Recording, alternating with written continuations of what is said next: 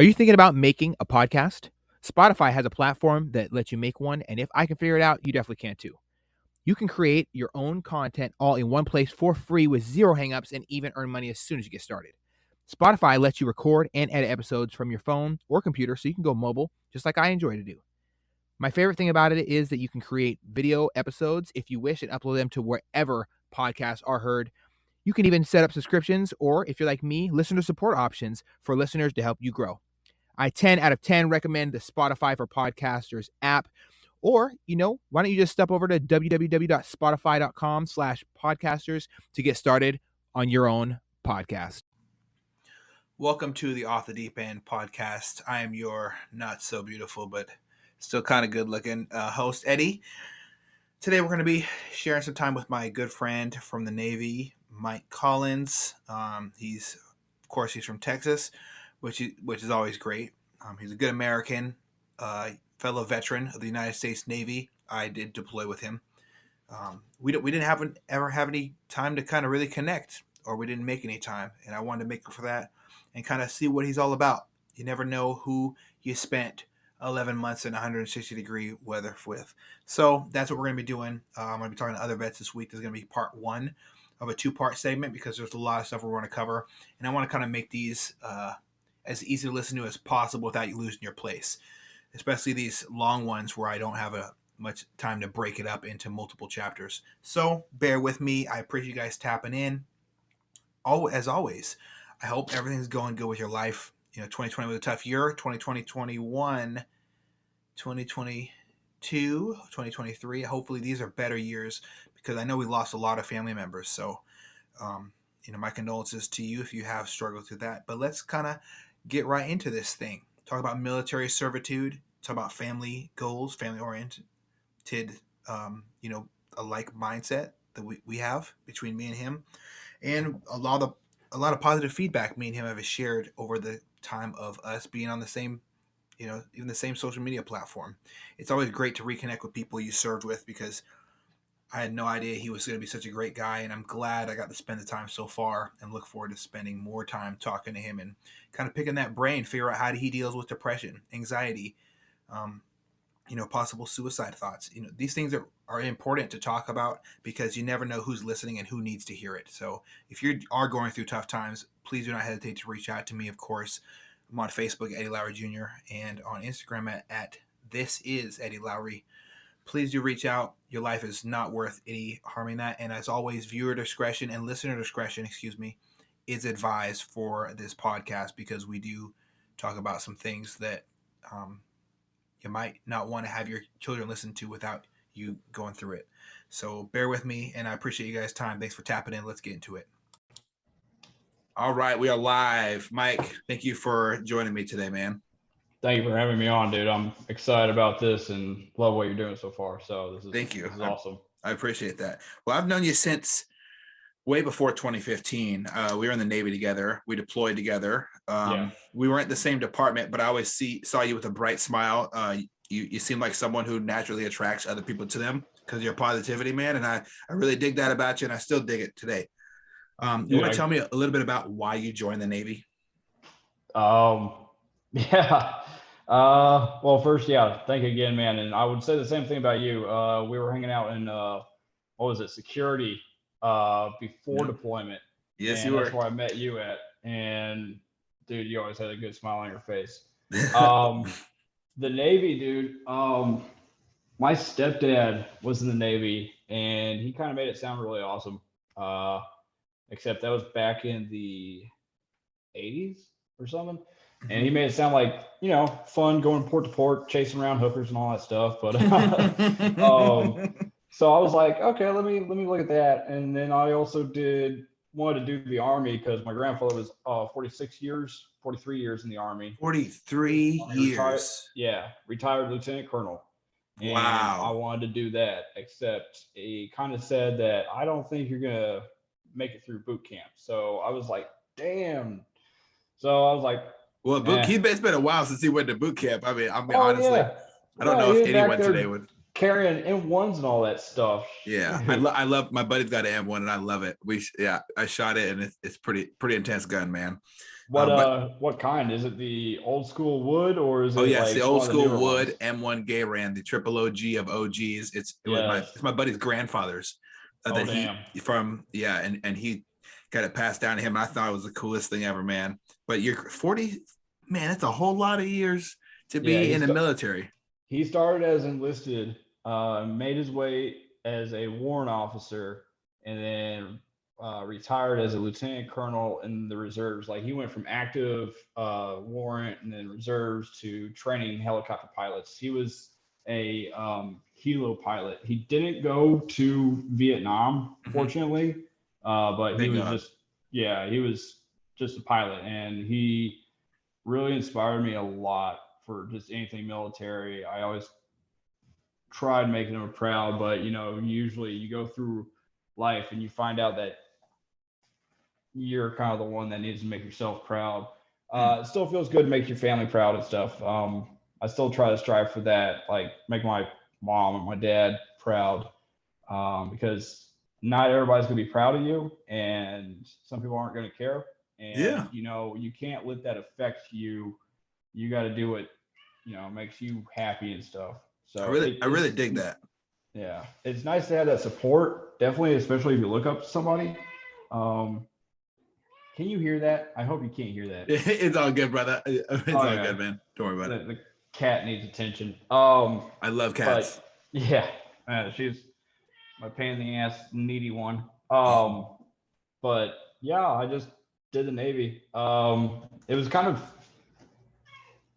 shoot. I actually joined the Navy when I was 20, and I kind of waited until after because I always wanted to go in the military, but I was working at DFW International Airport, fueling airplanes. But that whole year Oh, of 2009, it was that was like the worst. I had that whole year with probably 9 W-2s because I would start a job, work a week, start a job, work a week. I was like, I don't want this. I don't want this. It was like UPS, Walmart. I was like, wow. And then I did the fueling one, and I was going to school also, but I didn't really care for school, and I didn't want to get stuck at DFW.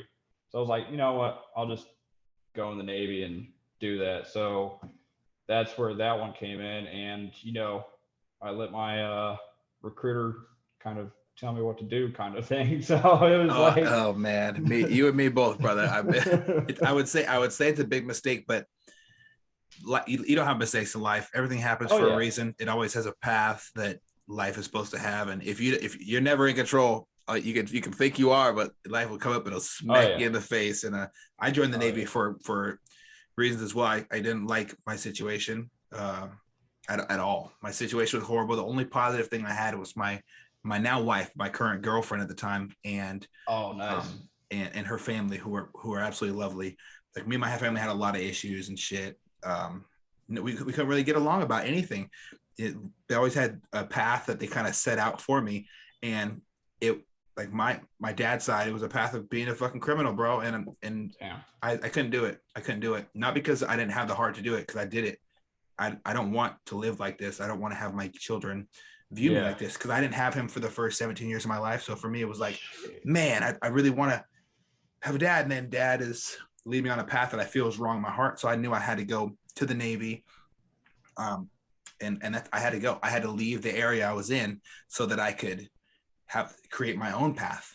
And I think it's really cool because I was going through your Facebook today just to make sure I just had a full understanding of who you are. And I was like, wow, this guy has a great dad and mom. They love him to death. Well, yeah, the folks. It wasn't, you know, I I had my folks there. Mm-hmm. They did divorce back in '99 when I was 10, but it took years, and they're finally back together. Not back together, but on that friendship level. Yeah. My mom remarried like a year and a half after he left, and then he went through his ups and downs.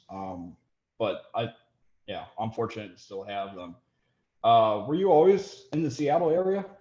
Yeah, I was always in the Seattle area. I spent a lot of time in Tacoma, Marysville, Linwood, and Everett. So those are Tacoma's kind of near where Bremerton is. You see that place on that check if you want orders here thing. Yeah. Check no. And then there's Everett Naval Base, which is not a bad spot. Yeah. But I tried to get back to this area. They thankfully did not send me back to this area. They sent me to Virginia. Not thankfully for my relationship, because it was super tough to be across the world from the person you value the most. But for my situation, as far as my family and everything, and finding my own path, it was a necessity. Sacrifices are they have to happen, man. And leaving the Seattle area was one of them. How come the Navy and not any other branch? Oh, well, my stepdad was in the Air Force. Me and him are on completely different terms as far as who I should be in life. So I'm not getting too much into that. But anyway, I really needed to look at. I saw the Air Force. I was like, wow, the Air Force is cool. Saw the Army. I know. My grandpa on my dad's side was in the Army. He's a Vietnam vet, and unfortunately, he took his life after he came back from Vietnam. But he's one of my heroes that I was never able to meet. And then I was just surrounded by so much military service. I couldn't escape it. I felt this calling when I was a child, and my grandpa Charlie, who's one of my heroes as well on my mom's side, used to sit me down. We used to watch all the World War II movies. He showed me who the Nazis were. He showed me what not the today's version of a Nazi where they just call you one because your skin color is white. Yeah, a real fucking Nazi, right? Yeah. And he gave me real perspective. He showed me who the Black Panthers were. He was a Black Panther. He showed me how they were criminalized. He showed me how every group of people have been criminalized. He showed me what good and evil really are. And that was one of my best teachings I've ever received. So I knew I had to do something that had to do with stopping bad people in my life. I didn't know what it was, but I was like, you know what? Fuck, I'm going to grow up and go to the military. I wanted to be a cop for a while until I saw that they were infringing, piss poor gun laws when I was growing up. I saw they were infringe, ridiculous arrests. They make a ridiculous arrest because they get told to do so by some legislator who's never had their job, instead of community policing like a lot of officers that I do know and love do. Yeah. So that was off the menu for me. Firefighter, it was an option, but I said no as well. I said no to the Marines because I love them to death, but I don't like a lot of some of the mindset, the egotistical mindset is just not me. I'm not an ego-driven motherfucker. And that was off the menu for me. And then the Navy was like, oh, well, I went in undesignated. I scored pretty high on the ASVAB, but I went in with no job because I didn't know what I was wanting to do. I just knew I wanted to get out of here. Yeah. And they said, yeah, come on down, man. Come on down. They said, you get a rate and you get, trained up for special warfare. You can go. And I said, this sounds pretty interesting. Unfortunately, the packages that I put in to go to the special warfare community were denied because I was mission critical, which was enraging beyond words. Well, was that when you were on the TR and we were going on deployment? No, it was I tried to submit multiple packages. Try to submit packages for smaller things that are non-special warfare community like related, like Rivron and stuff like that. I tried to submit a couple packages to go to SWIC because I love boats. I fucking love boats, man. You put me in a boat, I'll drive that bitch all week, man. Dude, yeah, those guys are awesome. They're just like, we're gonna jump in, and there goes that boat, and we're just gonna haul ass down the water, dude. Yeah, and fucking drop lead on somebody. But I got a lot of friends that are in the special warfare community, and they're always my heroes. My uncle, he would have been my uncle, but he left for the Navy, left my aunt. And he's one of my heroes as well. I never saw his face again. He joined the Navy SEALs, and I have another uncle who's a good friend that became family later on, who went over. His name's Boner. Last name is Boner, so they call him Boner, right? So he's a contract killer overseas, and I haven't seen him since like 2012. I hope he's still alive, man. But a lot of people that do things for the sake of others, whether it might be perceived good in society. You might not like the idea of a contract killer. You need guns for hire, man, because a lot of people can't get the job done because of morals. Some people you need that kill switch. So I just knew I had to go, man. I had to go. And so the Navy was it for me. I was done. Like, hoo-yah, I put on that white hat, and I didn't drink much beer, but I fucked some whiskey up. So but like they deemed you mission essential for the being a boatswain's mate, because the ship had a quota that needed to be filled, and if I left, it was trouble. I advanced every time, right? Checking the box, dude. You tell me all I got to do is take a test and advance. I didn't miss a beat. I scored ridiculously high on all my tests, and I've never. There's some people who should not be in leadership positions, and they will stop you from succeeding. They'll stop you from achieving in life, and a lot of that's in the Navy. When people say they fucking hate the Navy, it's not the Navy itself, because the Navy is people like you and me. It's the leadership that's stopping you from achieving your potential, or just focusing on the wrong things. You know, a lot of people make that mistake. So unfortunately, I had quite a few of those leadership issues. One time they sent me to the wrong ship, the G-Dub in Virginia, after I got back and supposed to be on the West Coast, so I could like start my life and stuff, right? Yeah. I'm on leave and I get a text saying, "Hey, pack your shit, you're going to Virginia." And I'm like, "What the fuck you mean I'm going to Virginia?" I said, they messed up your orders, you go to Virginia. I said, "Oh, well, isn't that just great? Now I get to tell my wife that I get to go back to Virginia when I'm house shopping with her in California." Yeah. Quite fun. So another leadership thing. But then they kept me there. They kept me there for 97 days. And this lieutenant commander, who is a piece of shit, and I told him to his face, and I'm not afraid to say to anybody, he was a piece of shit. He tried to call my detailer and keep me on that wrong ship. So you can see I got dealt a swift hand of poor leadership, but I also but it just gave me more perspective about what a bad leader looks like. And I don't hate him. I absolutely fucking hate him, but I let it go.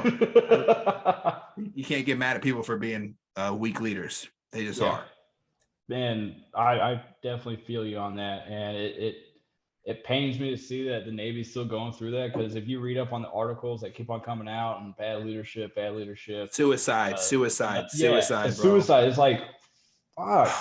Now I don't know if it's just because, you know, Big Brother's watching you, Google, Facebook, and all that stuff. They know what I look at and all that stuff, but I don't see the Army or the Marines coming across my pages, whether it be Facebook or, you know, you open up Google and it'll give you like top stories and stuff. You know, mine's always Star Wars, Destiny, movies, Dogecoin, you know, Papa Elon. Let's go, Doge. Raise it up. Let's hit 20 cents by the end of the month. I fucking love Dogecoin. We're at 0.062. I woke up, I was like, what just happened? The money's going, bro. I don't see anything on Army, or I'm not even gonna say anything about the Air Force, because they have, you know, stakes and hotels. I don't know what reason anyone in the Air Force who's non-combat, who hasn't seen any combat footage or anything like that, to be upset about. Like my stepdad, he has a reason to scream in his sleep because he got his friend blown up in front of him. That was a different time. Like a lot of people don't see those things, you know? Yeah. Like I have a lot of friends with the Air Force. They don't do shit. And they put it on their Instagram, and I'm just laughing, you know? Yeah. But like I haven't seen anything, like any articles come across my pages other than the Navy and suicide and all that stuff. And if anybody knows anything or sees anything, please tell me. But like so far, it's like, holy crap, the Navy has a big suicide problem and depression problem. Huge, that bad. Huge. Like absolutely. I think it does span across the board, man. I've spoken to a few people, and I try to branch out and talk to as many people in my life and affect them as possible, so I can learn more and I can be a more grounded, non-egotistical person, and just to live life, man, and understand. Sadly, it is a serious issue across the board. I have a friend that I really want to talk to him, because he's kind of scared me the other day. He told me that he was having a tough time after I asked him like 10 times what's wrong. And he said, I had a nightmare last night about some of the kids that I had to shoot over in Iraq. And I said, oh man, you know, that really sucks. I said, how about you come over tonight and talk with me, and we kind of walk you through this and just talk and just kind of decompress a little bit. And he didn't show up, and I tried to call him and he didn't pick up. So like,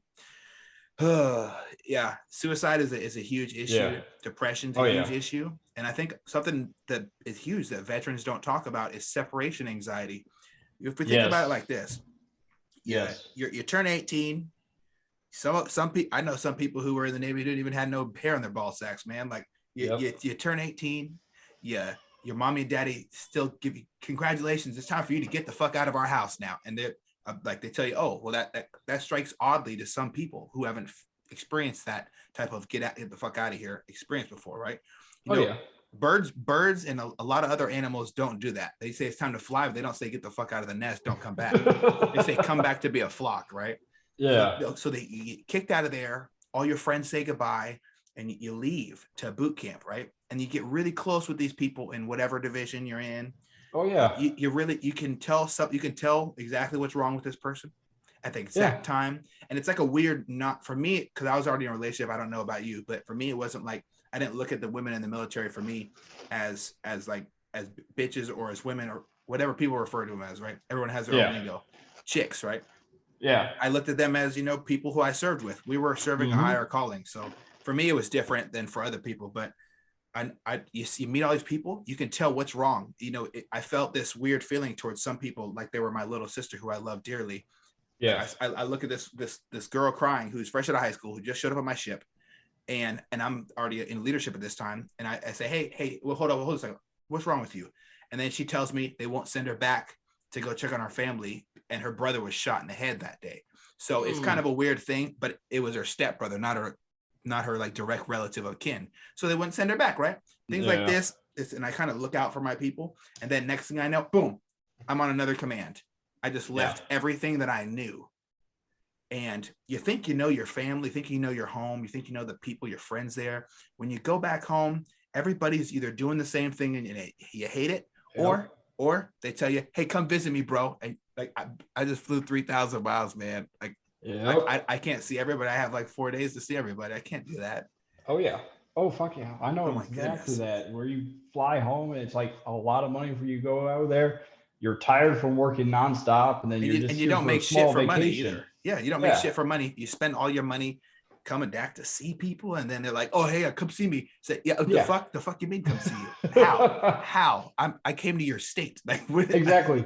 I either flew, I might have driven, but that even takes more time off my leave. Yeah. Like holy shit. No, but I hear you. And really fast to go back on that. I didn't mean that. I don't hear about depression and suicide from other branches. Like I just see it more articles on the Navy. Oh, on your Facebook? On my Facebook and Google feed. Oh, me too. Yeah.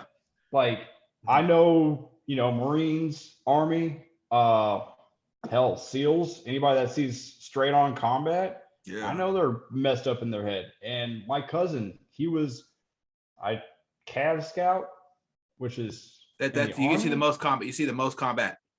Well, that's the most combat. What, Cav Scout? Isn't it? For the Army? I thought that was just he like I don't know. He doesn't really talk about what he did. But he's got PTSD, and like I know PTSD is a real ass thing. I didn't want to come across saying, "Oh, the Navy's the only one that has." No, bro. I don't think anyone's gonna think of that. Duty. I don't think anyone's gonna judge you like that. No. PTSD is serious. It's a tough thing, dude. So you said you're so Cab Scout. The reason why I said it's one of like you're seeing combat for sure. That's what my buddy did, man. Like he still won't get into it, and I hope he's still okay. I gotta call him after this and check on him. Just fucking lost track of time and it sucks. Weird feeling. So I'm gonna call him after this, but he saw this combat, right? He's gone out there, he's done horrible things, and he really messed him up. Everybody has a tough job. Everybody really has things that are so like crazy drastic that they go through, and we all have our different levels. I think Joe Rogan did a good job of talking about it with I think it was either not Jocko, it was Marcus Luttrell. He said we all have our different type of battles. Some are dealt with bullets, some are dealt with losing children in front of you, some are dealt with being raped, some dealing with helping your friend off a ledge of suicide. We all have these horrible battles, but one thing that it kind of, these horrible things kind of connect us as humans, because I know friends that are spoon-fed, they're considered spoon-fed by society or whatever, right? Yeah. And I talk to them, and they try their best to kind of come to Jesus with me and find us a way of healing. And so that kind of empathy thing, it's really cool, and it can help anybody through. So even if you can't, I can't personally tell you what it's like to go into a village where you're sent, where it's sand everywhere, and then you have a kid shooting at you with an AK-47, and you're supposed to say, is this a kid or is this my enemy? Your brain doesn't looks at the kids and sees the kid. So it can be tough for people, but I can't experience that. I haven't done it, but I can try to help out a friend. And I think if we all did that, whether it was dealing with someone who voted different than us, dealing with somebody with different religious views, dealing with somebody who's going through a hard time at all, exactly, we could all be great human beings. Exactly. Except that's the sad part. And there's a lot of people in this world that are just either just closed-minded or hard-headed and stuff. There are a lot of people that are just, have that open mind, open ear to listen and talk. Like, as you said, like with religion, my mom and stepdad are full-on Anglican Christians. And I love it, man. I love that faith. It's beautiful. But if you talk about anybody like Muslims or anything, they're like, I'm like, whoa, hang on, guys. Like, I thought Jesus was supposed to say or said, love your neighbor, and you follow everything that Jesus says. Like, I really don't care if my next door neighbor is Muslim or Jewish or Buddhist or whatever. Or atheist, on this even, planet, and we all bleed red, and I don't want to give a hard time to the next person. I want to make sure, like, hey, how's your day going, to like a cashier or whatever. Like, I'm not here to judge or be like, oh, his views are different than mine. I don't want to add on to the freaking hatred and evil in this world. Hell yeah. It just sucks. And that's one thing I'm trying to work on right now is like with politics and whatnot. Like, some people are just, because I didn't vote for Trump, but it's okay, brother. Whoever you voted for is your right. It's your civic duty, and it's up for you, and no one should judge you ever.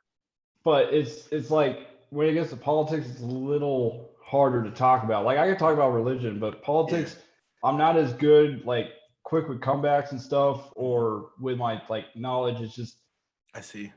I try watching, CNN. I watch Crowder. If you've seen me, I love Crowder. He's great. He's so funny. I think it's more comedy than actual knowledge sometimes, but I'm fine with that. That's what he's supposed to do. And he was even saying that I'm getting tired of showing, these empty lots or whatever in Nevada and whatnot. I shouldn't be doing this. I'm a comedian. But I try to do what he does, or not do what he does, but try to approach things like change my mind. And those are good episodes. Kind of leave it for like open discussion kind of thing. Yeah. I like that, man. I just have a heart, like, I don't know, with politics, it's just, I don't know, different. But like with religion, I don't care if you're worshiping the fawns or whatever. Like, I'm on this planet, you're on this planet, cool, let's do this. And I wish this country could stop being divided. And I believe that's the mainstream media kind of pushing that thing to divide us and stuff. Well, you get money off negativity. I think Kanye West said that exactly how you said it.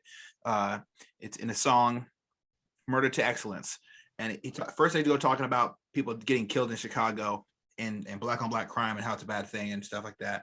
And then they talk about my favorite line. It says, "Grab your kids, watch a movie, because ain't nothing on the news but the blues." That has stuck with me ever since he said that back in, I think it was like 2010 or 2011 that Watch the Throne came out. And I don't like watching the news. I like listening to investigative journalists if I want to stay informed.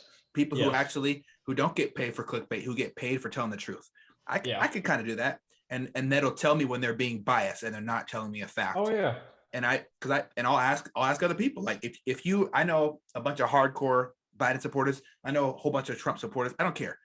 I'll ask them questions, and we can kind of connect with people on a level that supersedes what the people on the screen on the wall tell you. It's not that fucking important. The president's not going to tell me as a human being that I can't have any of my constitutional rights, whether it's Trump, Biden, I really think Kamala Harris is the actual 46th president. But I was gonna be straight up. I posted a couple times on Facebook as a joke, like it's the truth. You got to be competent enough to walk upstairs. I'm sorry. Oh yeah. But this is elder abuse that the whole country is. It's tough. I mean, he used to be a racist fuck. I don't think he is now, but he does say a lot of stupid shit. Like if you show up to a military base and you say "clap for that, you stupid bastards," to people who are putting their lives on the line, that's one thing I can't fuck with you. And also, if you tell me if you don't vote for me, or if you don't know who to vote for, me or Trump, then you ain't black. Then I'm not black. Then I'm not black. I guess, you stupid fuck. I hate that. I don't like that, man. I don't know how he. I have my suspicions, and so you can't say the F word, fraud. I have my suspicions, but like with the stuff that comes out of his mouth, who says that shit, man? exactly. Who the If you hell is don't going vote for on me, here? you ain't black. It's like Oh, what? yeah, you're asking to get not Yeah. you're asking for conflict. And I think that a big failure that Donald Trump did, other than not pardoning Julia Assange and a couple other people, like Edward Snowden and stuff. Yes. There's a lot of things that he could have done better. You have to, if you're in a position of leadership, stay off Twitter. But if you're in a position of leadership, you need to approach it to represent your constituents, your peers, your people who you're serving as a political, servitude is an important thing. You can't have it all be about you. We can't be selfish here. I understand he's one of the most patriotic parents of presidents that I've seen. He's most respectful of other people's rights I've ever seen. However, he's not tactful whatsoever. He did not do a lot of things that people needed from a president. He could have been the greatest president if he just, righted his wrongs in the past, because he has said some fucked up shit. And I'm the first one to admit it. There's a lot of things that he could have done better. If I could vote for anybody in this entire world, I would have to say I want two presidents. I want them to be equal, not a president, vice president. I want them to bounce ideas off each other's heads, discuss things, and then bring it to the table. And I would have Jocko and Tim Kennedy. Those two, two SEALs running the country. You got a Navy SEAL, and you got one of the most savage Green Berets, and a person who's so not afraid that he's openly said, come and try to kill me, you ISIS fucks, when he got put on a hit list. I want that type of, but he's also created a school called Apogee in Texas. I don't know if you ever heard it yet. Which one, Jocko or Kennedy? Kennedy. He's got a school coming out. It opens this fall called Apogee Strong, teaching young men and women to be leaders, positive leaders, not from a political standpoint, but from a human being standpoint. We need people that are leaders. And it kind of tones into what we said earlier about bad leadership. A lot of people just do not have what it takes to be a good leader. I'm not perfect, but I'll tell you what, if you put me in charge of anything, I'm going to try to help everybody in my group or who I'm representing or whatever the fuck be the best version of themselves possible. If that means that I have to go against the tide and get slandered on the news, I'm going to do it. If that means that I'm going to get doxxed or have my life threatened and my household threatened, like I did last year. I got threatened, and I'm not worried about it. I'm not worried about it because I got guns and shit, so I don't give a fuck. No, I love everybody, man, and you have to be a loving person to succeed in life. If you approach things from a negative standpoint, you're going to have a negative result. If you approach things from a positive standpoint, you might turn two other people in that negative group positive. And that doesn't start with saying, if you don't vote for me, then you're not black. Then I don't want to be black. Big Crit's one of my favorite artists. And the most interesting thing he said, and I've been trying to figure out what it means for all these years. He said, and this is going to be explicit, so bear with me. He said, I'd rather be a dead man than a nigga. Being addressed as a certain label, whether it's, oh, hey, that's a guy, that's one of those Trump supporters, that's one of those N-words, it's one of those white boy. There's so many bad labels that we can apply to people that are derogatory. And I'm not saying that word is derogatory, because I know the history of it. I wish more people did, but you can't sit there and tell people, oh, you're acting like a this. Or you don't go to church. Oh, well, you're going to hell. We got to stop judging other people, motherfuckers. Exactly. You got to stop judging other people. Mm-hmm. And it just sucks. And one thing that I don't know, do you know who the Hodge twins are? Mm-hmm. You know who Young Ripper is, who's actually down in Dallas. He's another black conservative. But no, I do not. I'm gonna write that down. I'll do some research on him though. And you got Officer Tatum. All four of those guys are black conservatives, and it sucks hearing or seeing on some of the chats and stuff where people have called him the Uncle Uncle Tom, dude. Well, Uncle Tom was actually what people are so fucking stupid. If you read about Uncle Tom, he was actually a hero. I think I remember that back. Man. Well, you should check it out. He was. People have it all painted wrong. He was actually a good. He got looked at in a bad light which gave him that negativity surrounding his name. But if you actually do the research and take a look, there's a lot of people who are painted the wrong way. Oh yeah. But like those I don't guys, know. Yeah. they're the C word, the COO, Oh that it's God, just dude, like, being called a coon, dude. I've been called every name in the book, which and is I fucking can't. It's crazy. horrible. It's horrible. You like that astonishes me because Mhm. one, you're mixed. Two, you're a fucking human, but also you're up in Seattle where Oh, it's it's worse up here. like If you came up here, you would get more dirty looks than a black person would what you're talking about, me in a or racist you? city. If you came up here, Oh, you get more dirty looks than a black person would in a racist town. And I'm saying that that's completely honestly, because they're gonna think, oh, you have a beard, oh, his hair is cut in the side, he must be one of them Trump supporters. And up here, uh depending on where you're at, there are extremists. yeah. I've dealt with there's extremists in every single political spectrum, left, right, up, down, crooked, backwards, everything. And I don't think we have a Trump problem. I don't think we have a Biden problem. I don't think we have a left or right issue. I think if we all take a look and step back from the situation, removes ourselves, we have an extremist issue. If your views are too extreme and you're in an echo chamber with extreme people, you're going to keep spiraling just like Antifa does, to where you're calling people like me a race traitor when your skin color's not even any of mine, and you're 112 pounds and you have a bat versus me and my gun.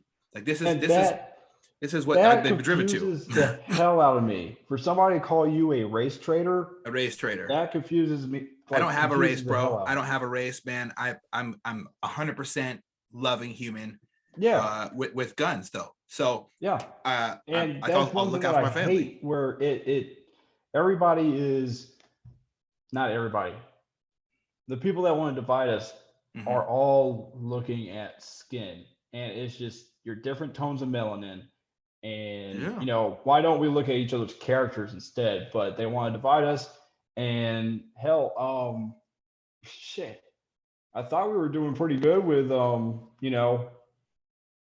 you don't see any more colored or white fountains. It's all Yes. of that, or Mm-hmm. dividing you know restaurants where color people of color have to go sit in the back and whatnot. I thought we were actually getting somewhere, and now all of a sudden the freaking media is telling us, oh, white supremacy, white supremacy. I'm just like, They don't. Well, I think it's a matter of perspective as well. That is a huge issue. true. If you look around at everywhere, and I'm not expert because I have actually not watched the news or anything news related in about a whole month.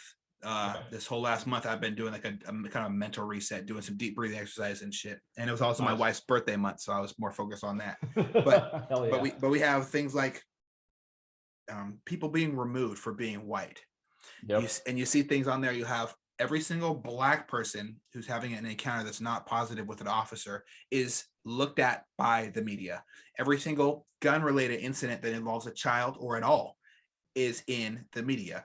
There is nothing on that you're going to find on the news anymore that's really positive, that's supposed to inspire people, draw attention to a positive thing, because a negative message will always travel faster than a positive message. That's something we learned in my elementary school. They had us play a game where the teacher, everyone faced the wall. The teacher used to whisper in everybody's ear,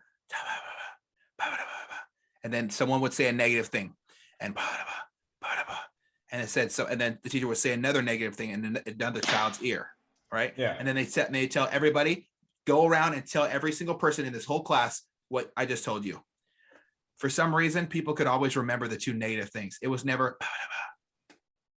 A negative message will always travel faster than a positive message. If I look at you and I say, hey, I don't like you because you have a beard and I fucking hate it, right? You're probably going to go be upset, right? You're going to be either take action or you're going to go tell other people about it. If I tell you, I hope you have a good day, are you going to go home and tell your family about that? Probably not, right? I mean, we're all do this as a society. We focus on negative things. Yeah. And it can become very bad, very toxic. Oh yeah. And it just sucks that we're doing that. Yeah, And we're supposed to love each other and shit. Yeah. Like they talk about the new administration. I've noticed they talk a lot about unity. You know what unity is to me? Finding out where other people are from and saying, hey, that's great. I'm from here. Do you have kids? Well, that's cool. I have kids. How about we all do something great? Let's all arm our families, arm our whoever's at the house who's of age. Teach our children gun safety so we don't have more gun related deaths of children, which have happened to my family last year, which is really fucking tough to deal with, right? Shit. And then let's all make sure we don't have any more of these people going up or down our streets taking our children, kidnapping our women. Maybe we could all come together. There's one simple thing that's easy for us all to do, and from the Satanists to the Baptist church to the other side to the atheists, anyone can, and to even Muslim people, they will all agree that children are important. We can all find unity in protecting our kids. Oh yeah. They keep on finding numbers and numbers of kids being human trafficked. And I'm like, oh shit, that's taking place in America. Which it makes me about hard, anything man. Anymore. Yeah, it hurts. It's crazy. It is really crazy. Are you drinking tea out of a boot? No, this is a very, very large glass. Oh, okay. I was like, because all I saw was like the angle, like but one of those little German boots. I was like, Das Boot. Oh yeah. I'm actually, that sounds like a really good idea. A giant one of these, that'd be cool. And I'm drinking tea. But it just, it's really tough. It's really tough for me to stomach, because I've been around people who've been sexually assaulted. I've been around children have had people tried to kidnap me when I was a kid. Like, I know people who actually had these things happen to them, and go to a place like Bahrain, and I'm sure you might have seen the same thing. A fucking 12-year-old little girl walking around in a skimpy ass outfit who is not from that area, and you ask yourself, what the fuck is going on? It all clicks, man.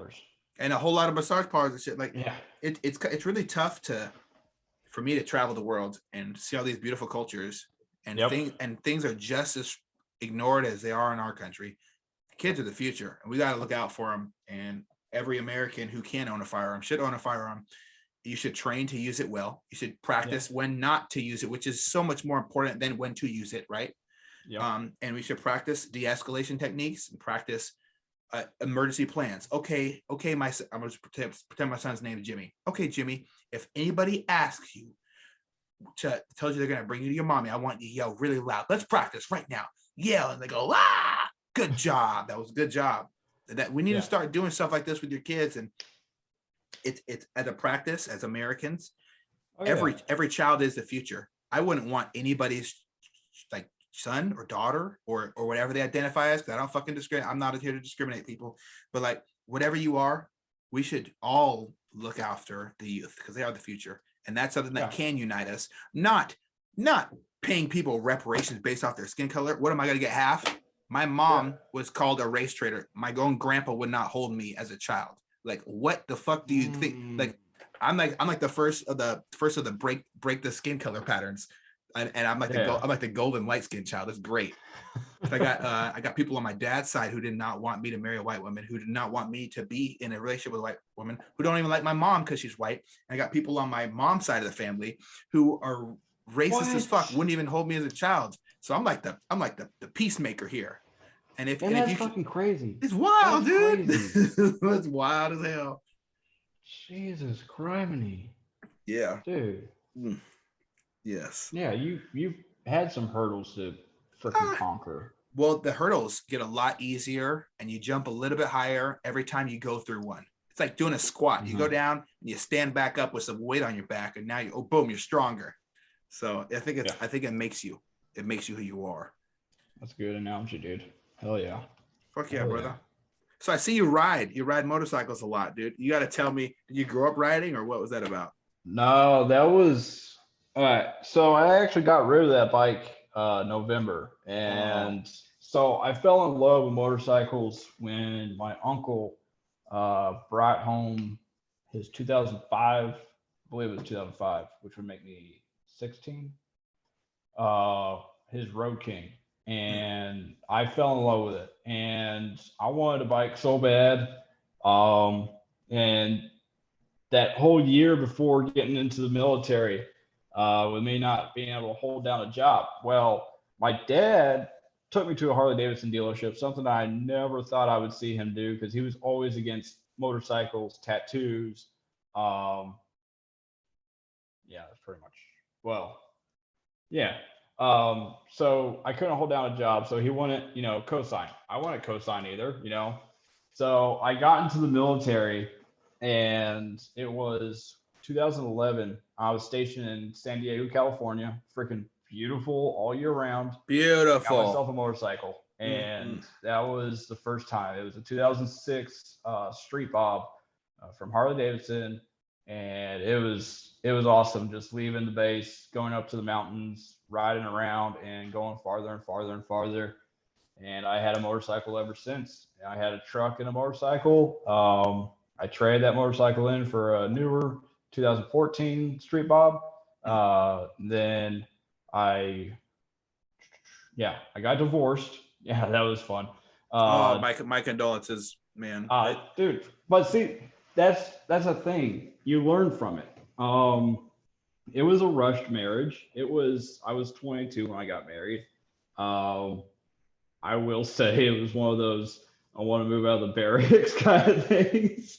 And Yeah. also, I thought she was going to be a high school sweetheart because she went to high school with me. We never really spoke. We knew of each other and stuff.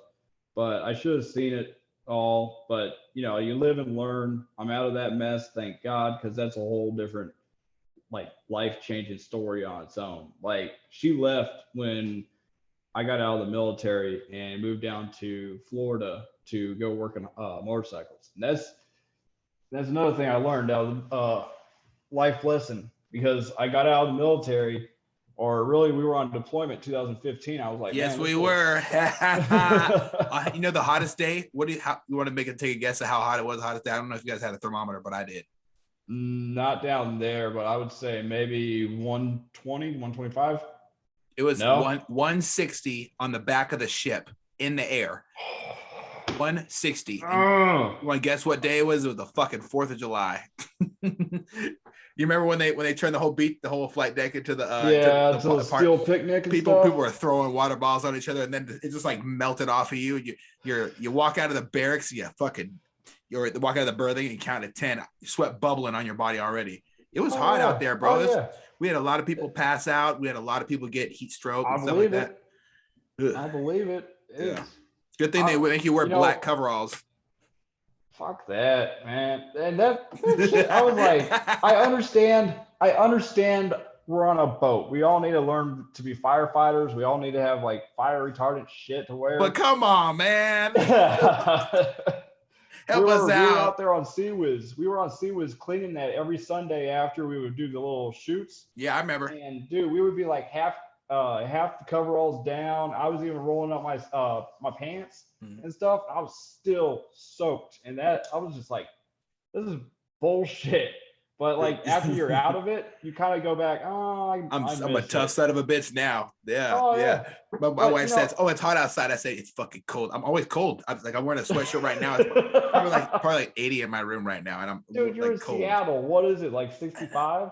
Yeah, it was like 70 today. It's kind of nice, but I'm cold. I'm like permanently cold after that. I don't think I've ever healed from it kind of like redid the temperature in my head, or the thermometer in my head says now I have to be hot. I don't like being cold. I'll wear a Milwaukee heated jacket with 4 batteries when it's like mildly sunny up here. Dude, yeah. I wish I was cold all the time. I live in freaking goddamn Texas. But Texas would be a dream. Yeah. Maybe. I don't know. My dad and my brother moved up to Idaho, and they're fucking loving it. They are loving it up there. That is a whole lot of America. The beautiful area of Idaho. It's very simple. They got rules out there.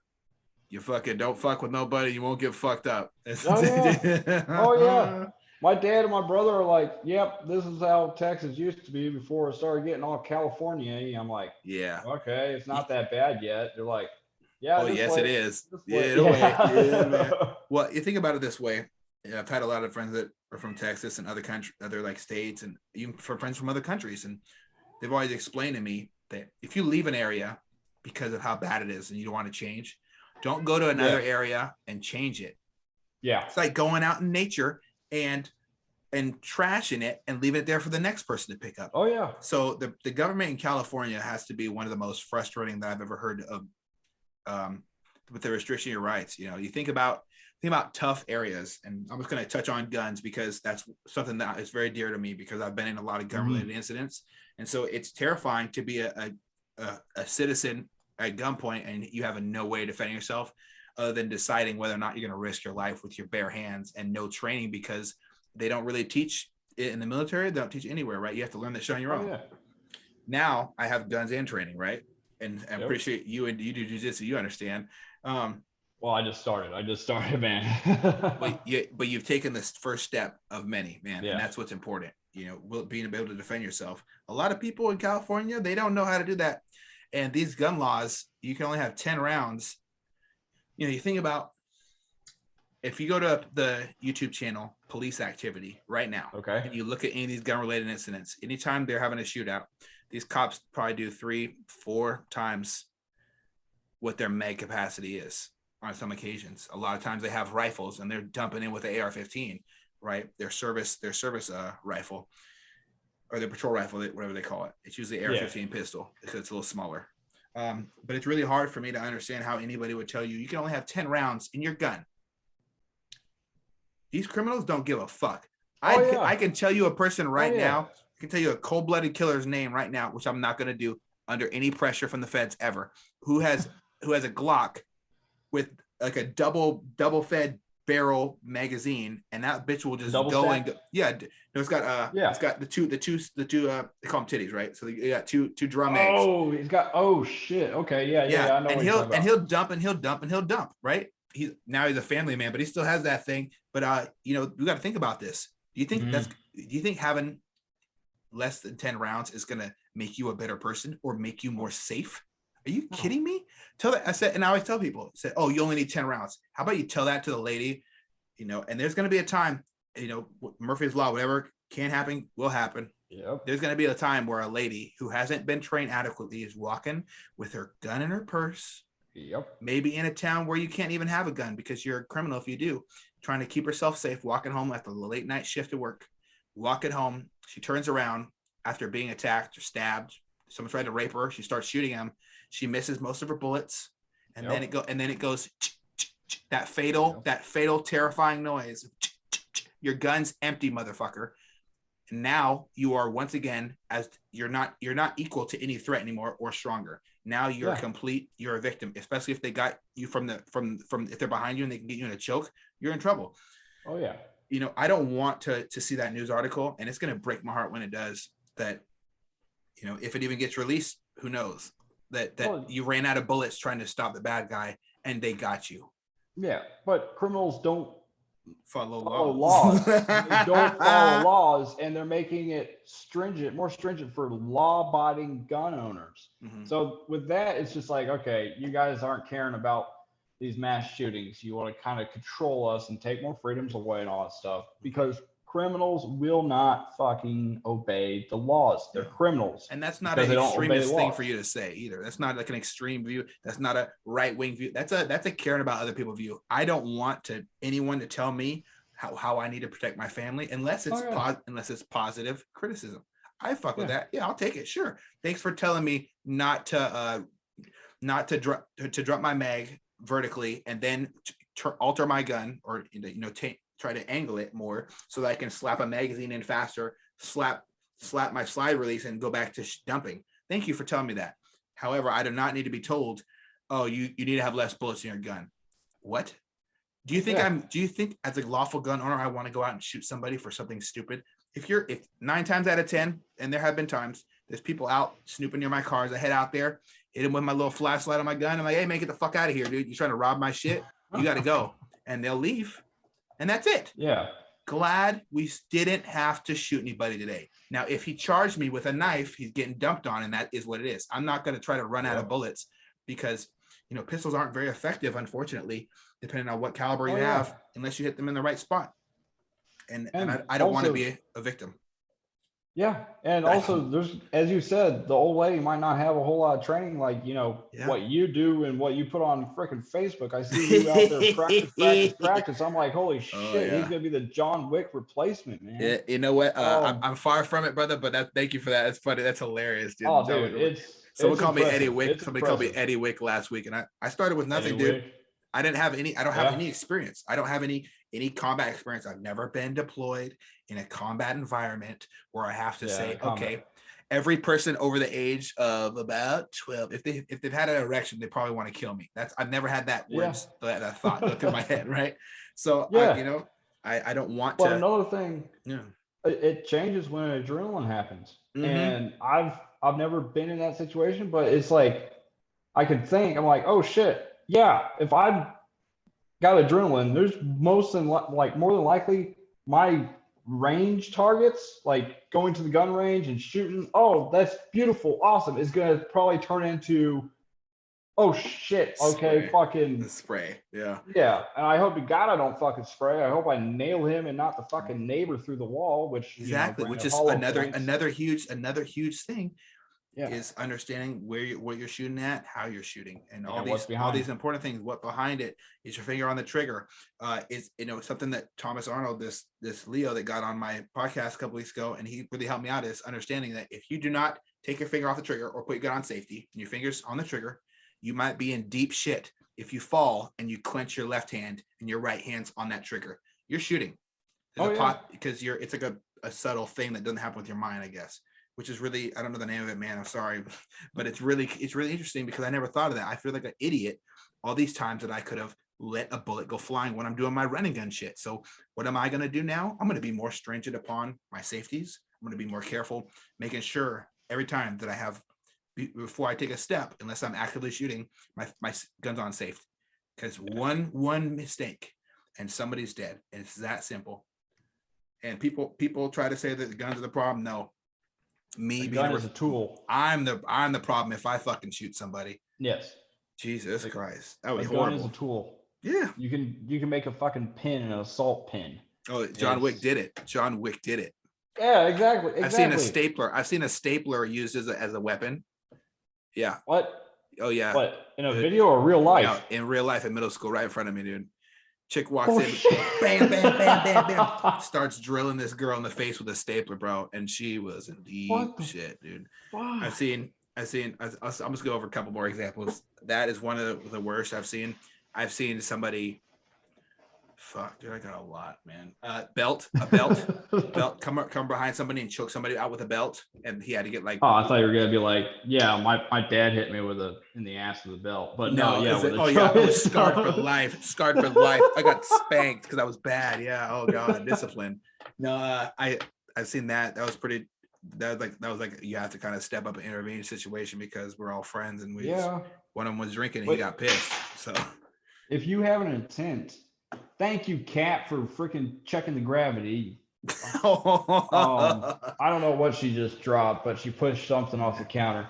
But you can turn, if you have a will, you have a way to make anything almost into an assault weapon. And I hate how people are turning the goddamn AR Armalite assault rifle. It's Armalite, yes. Yes, Armalite rifle. It's there's a style, different companies that make an AR-15, but originally it was Armalite.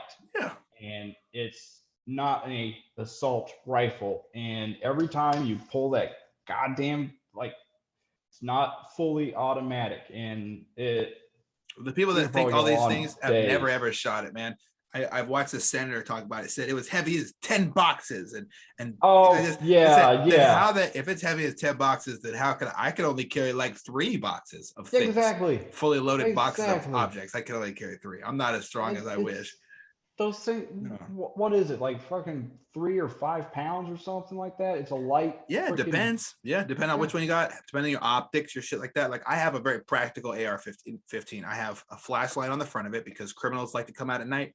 I don't plan on, but it's not my primary defense tool for my household. I have a pistol with a flashlight that's bright as shit and a laser in the center of it, so I don't have to aim. Nice.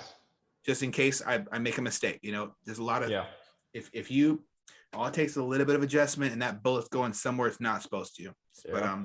But criminals come out at nighttime. You want to see. Like my dog freaked out yesterday, and I said, okay, well, you know what? I got a standard operating procedure for my dog freaking out outside.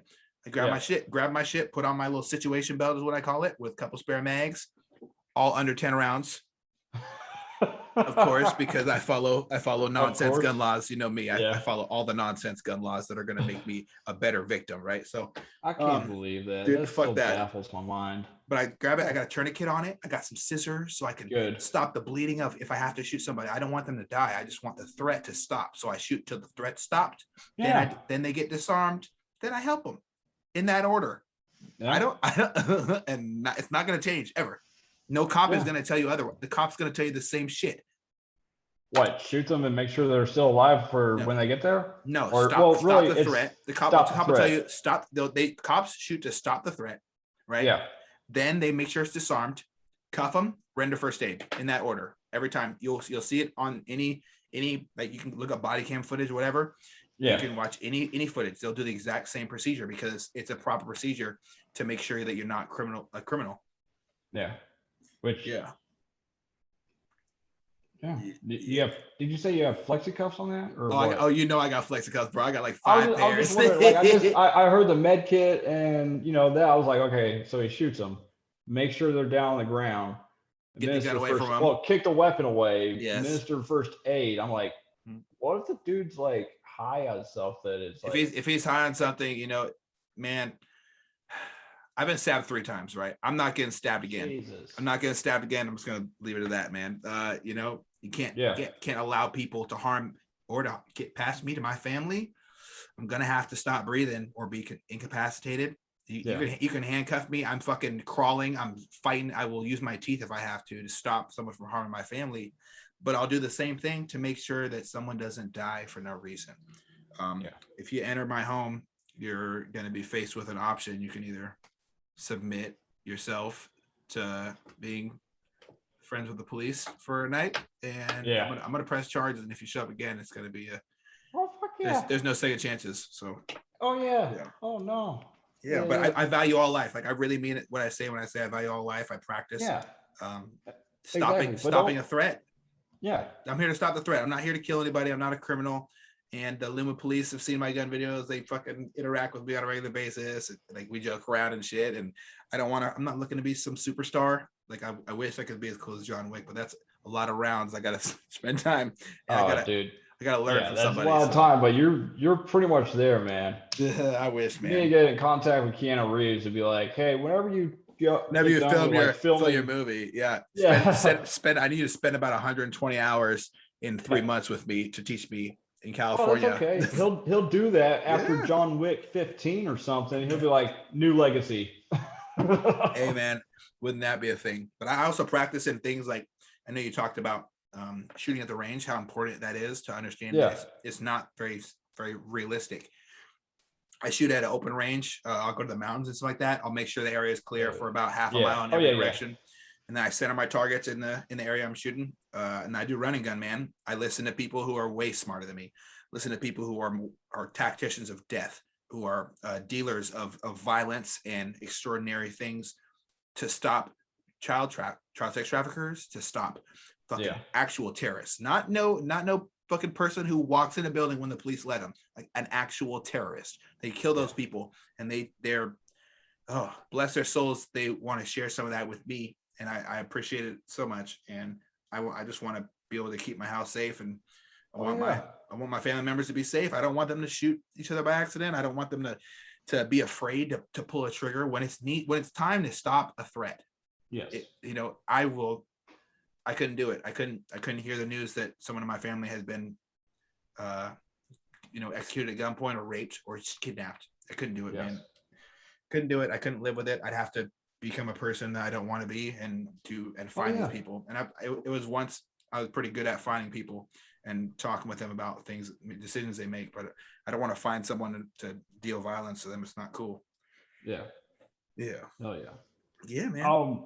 With that, all right. So that actually has me with a question, because I saw a post maybe a week or two ago from you that said either, I'm probably going to be butchering this, that you are liberal or Democrat, but I would say, yes, I know exactly what you're talking about. So I said, I am. So what I personally identify as, outside of my joking posts most of the time, I would say I'm what a liberal is supposed to be. I want more. I like the government.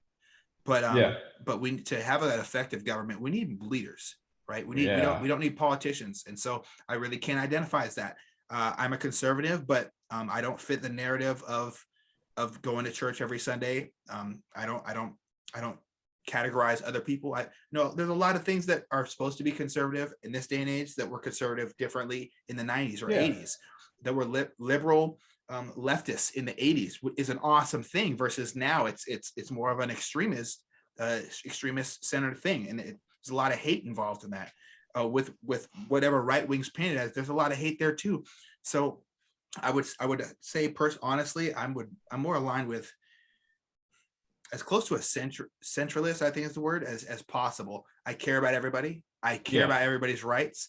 I will not surrender or bow down to a government that's spitting, tyrannical bullshit. Like if you're saying something that you wouldn't personally do, you're not a representative of the people.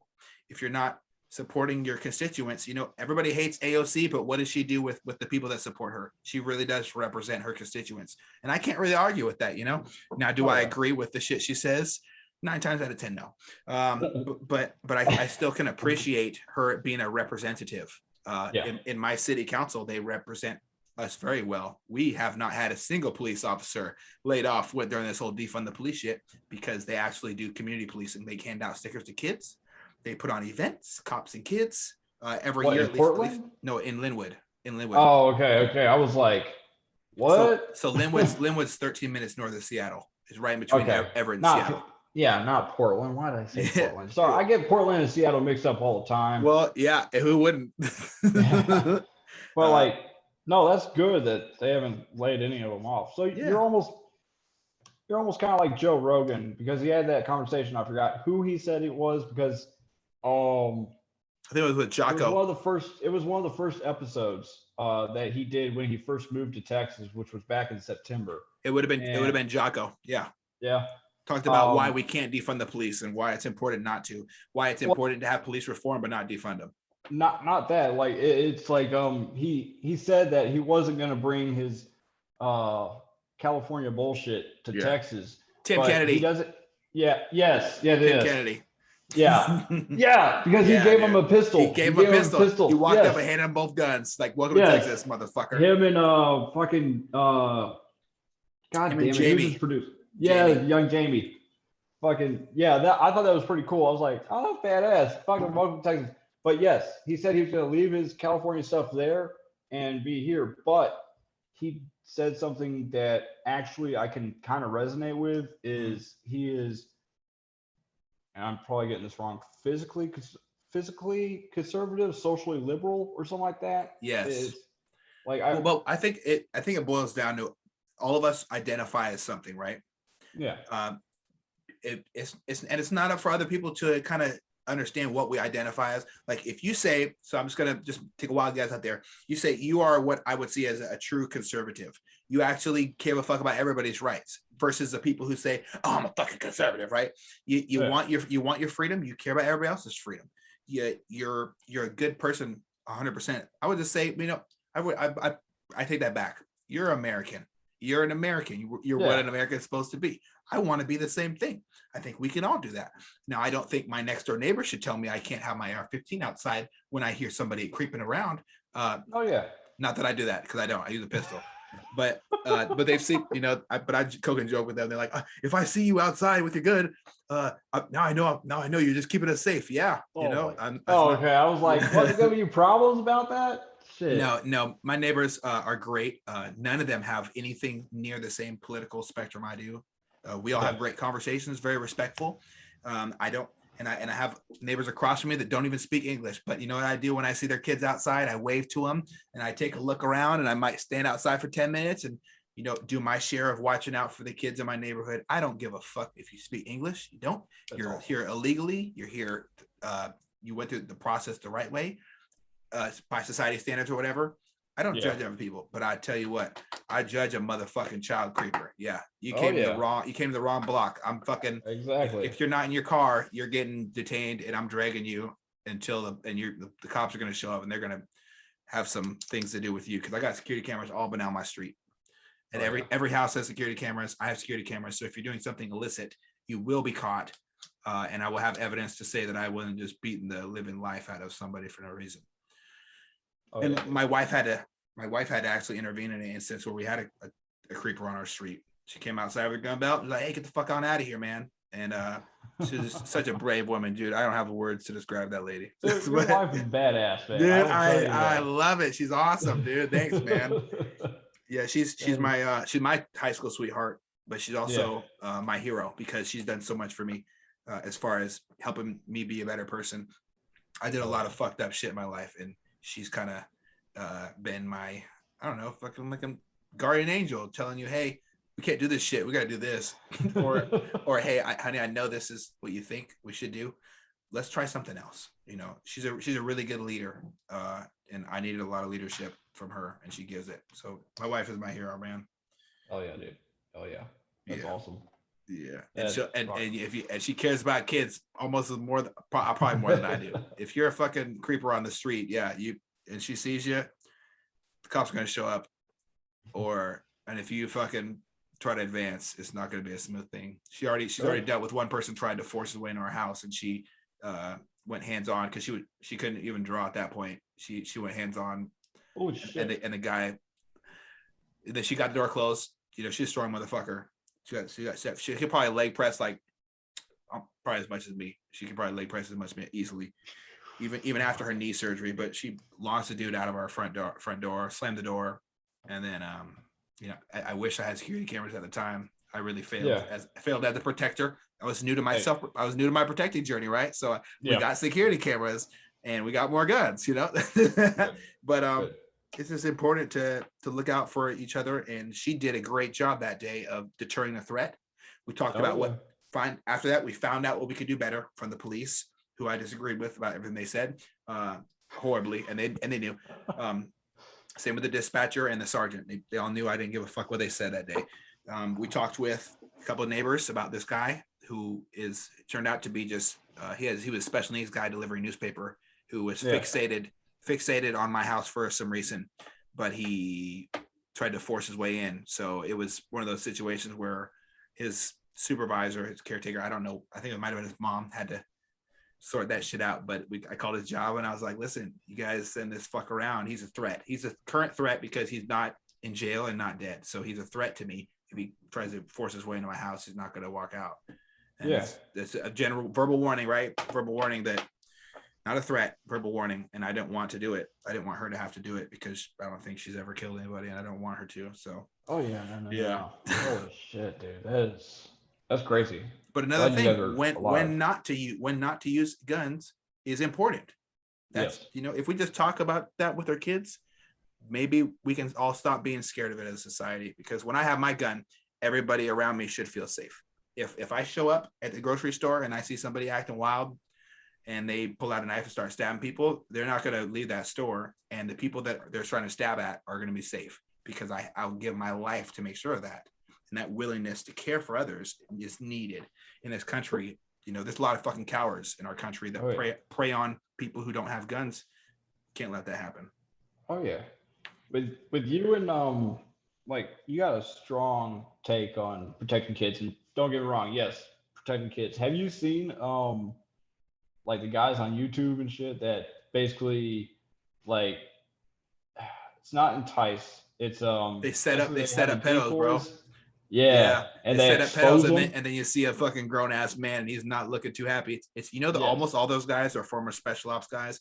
Almost all of them are former cops that got fired usually from trying to intervene on things, you know. It's a brave thing to call out somebody who is trying to prey on a child. You know, our children need guidance in our society these days. There's not a lot of that. Yeah. A lot of kids are, I hate to say it, a lot of kids are parented by the TV. They're parented by phones. And a lot of adults are also being parented because it's a generation-based thing. I want to be very present in my children's life. Will they watch TV and shit? Yes, I'm not a Nazi. They can do what they want. But I want to spend time with them and teach them how to look up from your phone, look around. Do you see somebody following you and mommy to the store? Tell mommy somebody's following you. I want it. All these things are important. Spending time with them also, instead of just throwing a goddamn iPad at them and having the Oh God, iPad that's the entertain them and stuff. worst. That's the Like worst. what you're doing with is that y'all's? Oh no, we don't know, baby. That's my wife's little brother. Okay, I was Yes. like, Her okay, mom's a I was single like, mom. Her mom's a single mom okay, who works her fucking ass off, and they spend a lot of time with us, and it's great. yeah, There's Jackson, who's the little one, and Tanner, who is the older brother, who's about to graduate, and he turns 18 this Saturday, which is pretty exciting. But like family is a huge thing, and it wasn't a huge thing to me until my wife came into my life. I didn't, a lot of people say they know what a family is, but does your family really go all out for you and care about each other and want to sit down and eat dinner together and freak out when you're still at the gym and everybody's eating it for dinner? That was me. Like I didn't really have a very good spectrum on like what a great family looks like. A great family isn't made up of a dad and a mom and a sister and a brother. It's made up of whoever is the right person for the slot, whoever whoever can bring something to the table for our children. oh yeah, And because the kids are the future, we got to fucking do something about this. oh yeah. And her mom is just one of my major heroes in my life. Is her mom? She could probably use a knee surgery last 10 years ago, So, Jesus. and she goes to work every day, doesn't complain, gets the job done, comes, make sure the kids are done with school, snags them on home. And that's our days. A lot of times she stays, and we had a bar downstairs, so we have a drink at the bar when I'm on vacation of dieting and stuff. Yeah. And we coke and joke, but I've learned a lot of lessons from her struggles as a parent, dealing with the fact that her parents weren't super awesome to her. And she learned from that, and she's still learning from it. And she's learning these lessons with her children. And it's a beautiful transition of being a subordinate, like a child in a leadership, oriented situation, and now being a leader. She's doing a great job. And my wife is a great leader as well for the kids when the mom's at work. And yeah, it's kind of like a little collective. I wish I could do a better job. I'm working on a lot of things from my childhood that I brought with me that I really fucked up on. And I'm like the yelling and being mad and shit and getting frustrated easily. I'm working on that, but that comes in time, and I'm trying every day to be better. Shit, I can't see you being a yeller. Oh man, I'm such a. I feel like it feels like sometimes I live a double life on social media, man. But I'm just working on being a better person because I don't want to be a bad leader. I'd see you with that kid. I love him so much. Yeah, Jackson, and yeah. doing like those little models and figurines Yeah, instead of just throwing them on the couch. Here's a tablet. Here, play some games or watch TV. You're actually spending human time with them, which a lot of people have missed out in 2020. Dude, oh god, it's tough too. His dad's I'm just gonna say his dad's not a great guy. He's a deadbeat all the way around. And her mom's doing it all alone. And I don't know about you, but in our family, I want to make sure that everybody's encompassed into my little collective group of what family is. So if Jackson, my wife's little brother, has a time in his life where he needs that one-on-one time, you know what? And I'm not doing anything, I should be devoting that. And I've really tried to make a difference in versus the past where I just kind of let him just off to the wayside. I could have an opportunity to be a big brother to this guy. Why not do it? I might be a lot older than him, but still. It's there. It's you're, there, yeah. You're making memories with him, and he's not going to realize it now, but like when he grows up, he's going to be like, holy shit, Uncle Eddie was always with me and all that stuff. Like, it's going to be special. Oh, hell yeah. Yeah. Oh, hell yeah. Yeah, man. I'm pretty excited about it. Having children of my own one day. But for right now, that's my family unit, man. And I got my 2 dogs. I got my guns, and I have my my mechanic, who's pretty much like my brother. I look up to him a lot, and I learn from him a lot because he has a very interesting story as well. Oh yeah. You have to have a family unit. And who all do you live with? Myself. Yourself. And your cat. Your cat, is that your son or your daughter? It's my daughter. Yeah. She's about 15. I've had her since freaking Virginia, and I didn't want her. It was just more of a friend of mine was like, hey, I got my landlord coming over. He doesn't know that I have an extra cat. He just knows that I have a dog and a cat. Can you watch my cat? I'm like, sure. And then a couple days passed. I'm like, did your landlord ever come over? Oh yeah, I forgot to tell you about that. You could just have the cat. My daughter moved out. she left the cat and I don't want it. I'm like, what the Dude, come on. But see, That's also, really tough. but see, like this was like the weird thing, and it was actually one of my days off, working security. I think it was, I don't even know if I was on nights or days. Um, I woke up and my ex had to go to work, and I woke up. I'm like trying to look for the fucking cat. I'm like, where the hell did this cat go? And at that time, we had a dog and another cat that one of her friends threw on us. And I was just like, I don't want cats. Like, what the hell? But I'm just like looking through this house. It's only a 2-bedroom, one bathroom house built in 1942 in Virginia, right off a military highway, like right behind Harris Teeter. Yeah. And I'm like, dude, how did I lose my friend's cat? He's gonna want this cat back. And then she was up on the fridge, and the really sick part was, oh, I grew attached. So yeah, now she's your yeah. baby. I think huh? I think I was gonna say I think the relationship that people have with animals will tell you all about them. So now for you to be attached to it is really cool, man. Oh, yeah. Like she's been with me from Virginia, moved down to Florida, and to Texas, and shit. Texas was a fun ride. All of being out of the military has been a fucking fun ride up until August. Yeah, August when I got this new job. Because like I moved back to Texas, started the job that I got out of the military for. That sucked. I quit that, started freaking out about, great, I quit the job, quit the military for this job. I moved 2 hours to my dad's house in Maybank, lived with him for a while. I brought the dog and the cat, moved back up here, lived with my mom for a while, lived with my grandfather, and then after August, getting this new job, I was able to get an apartment back on my own. So yeah, I mean, and the dog passed away in August. So oh my goodness, I'm so sorry. Well, dude, losing a dog sucks, man. I don't know if I ever cried that hard, and that was rough because it's just like when they send the fluid up into their veins and stuff, and like that, they go numb, their life goes out of their eyes, but they're still breathing, and they just like limp down, and then like when they administer that last one, because the last one is just like a sedative, and then the next one's supposed to like stop their heart. Oh my god, dude, I was. So you sat in the room with it, man. That's tough. Oh yeah, it's tough for me to hear about. Like I felt like everything in my whole body go cold when you just said that, dude. That's gonna live with me for a long time. She was a good dog, but after she passed, I've been giving this little fat cat, wet food instead of the dry food, and she'll just wake me up in the fucking morning right before I'm ready to like wake up. She'll run over me, or else she won't stop bitching. Like, dude, she wants food all the time. Oh, but she's spoiled now after the dog passed and stuff. But she's been with me 3 states. That's cool. What are you gonna plan? Are you planning on getting another dog? Or are you waiting for her to be in a relationship and getting a dog and sharing that with somebody?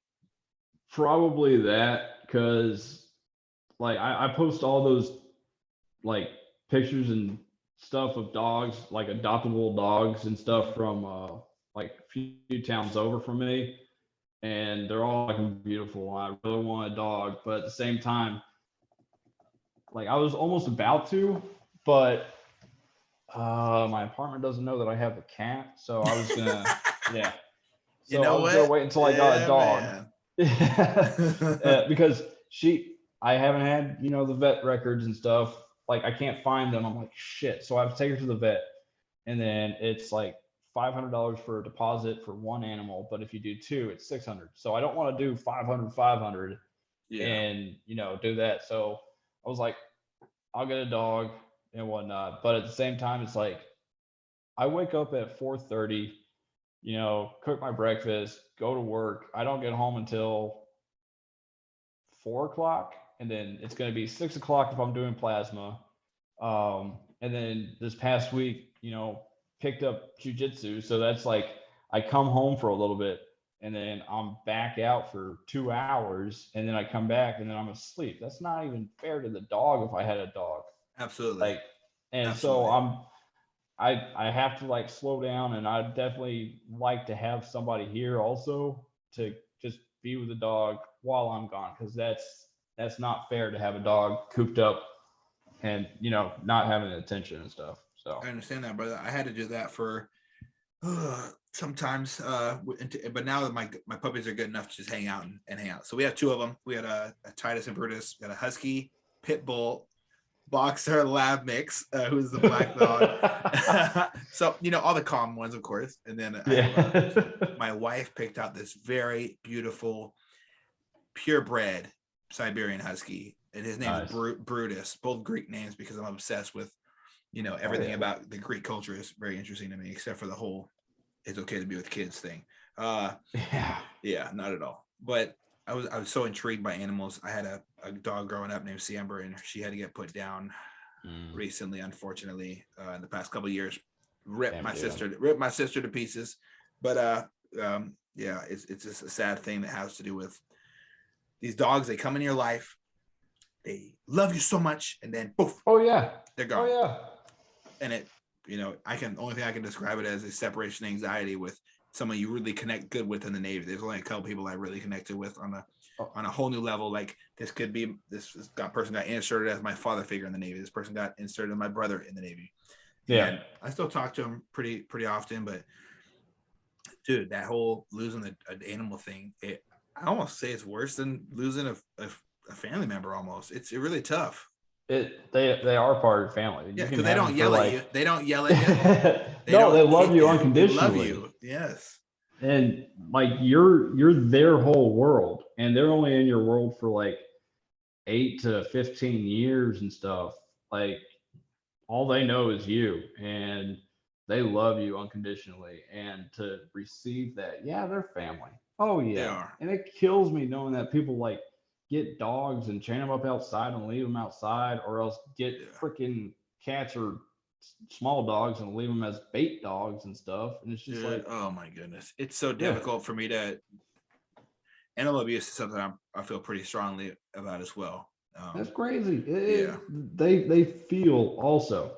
They feel also. It is terrible. And I know my dog whines. I come in the house and he's trying to lick my face so hard he'll jump up. Like he's pretty light on his feet, so he's probably about 60, 80 pounds. He'll jump and jump and jump and jump just to lick my face one more time. And then if I don't get him to sit down and then come down to him, he'll just sit there. will not stop. And then he won't stop. And then my dog Brutus, who doesn't bark at shit, will go, and he did this weird husky bark, because he doesn't talk like those fucked up talking huskies on YouTube. People think it's cute. No, I don't want that shit. He's a peaceful dog. My wife has done a great job training them while I've been gone at work. I spend so much time far away from them in the house, and I've over the past couple of weeks I've been able to spend a lot of time with them, so I'm pretty thankful for it. Dude, it's so crazy that you say that you lost your dog and you sat in the same room. That's a pretty amazing thing that you did. I commend you for it, because a lot of people will abandon their animals in that time of and it can be, it's really difficult for me to sit here and listen to people talk about their animal, them abandoning their animal right before it dies. Like you're putting this thing that's loved you unconditionally to death, and you're not even going to sit there for it. That is a really tough thing for me to sit through. And it is tough. And Mom, if you ever listen to this, I'm sorry. But my mom, when they had to put down our favorite family animal, Maggie, which was a Rottweiler, and I grew up with her. Hell, I was, I don't know, 12, 13 or whatever, whenever they got her, went away to the military and came back and whatnot. She wasn't in the room with her when they put her down. Now, granted, my stepdad, he was bawling his eyes out and couldn't help her. So there's my mom trying to get a damn grumpy Rottweiler into the car to go take to put down. But it just sucks that she wasn't there for her. I was like, damn, like she was. Brother, never apologize for how you feel about something, because it's how you feel. And I appreciate you sharing it with me, man.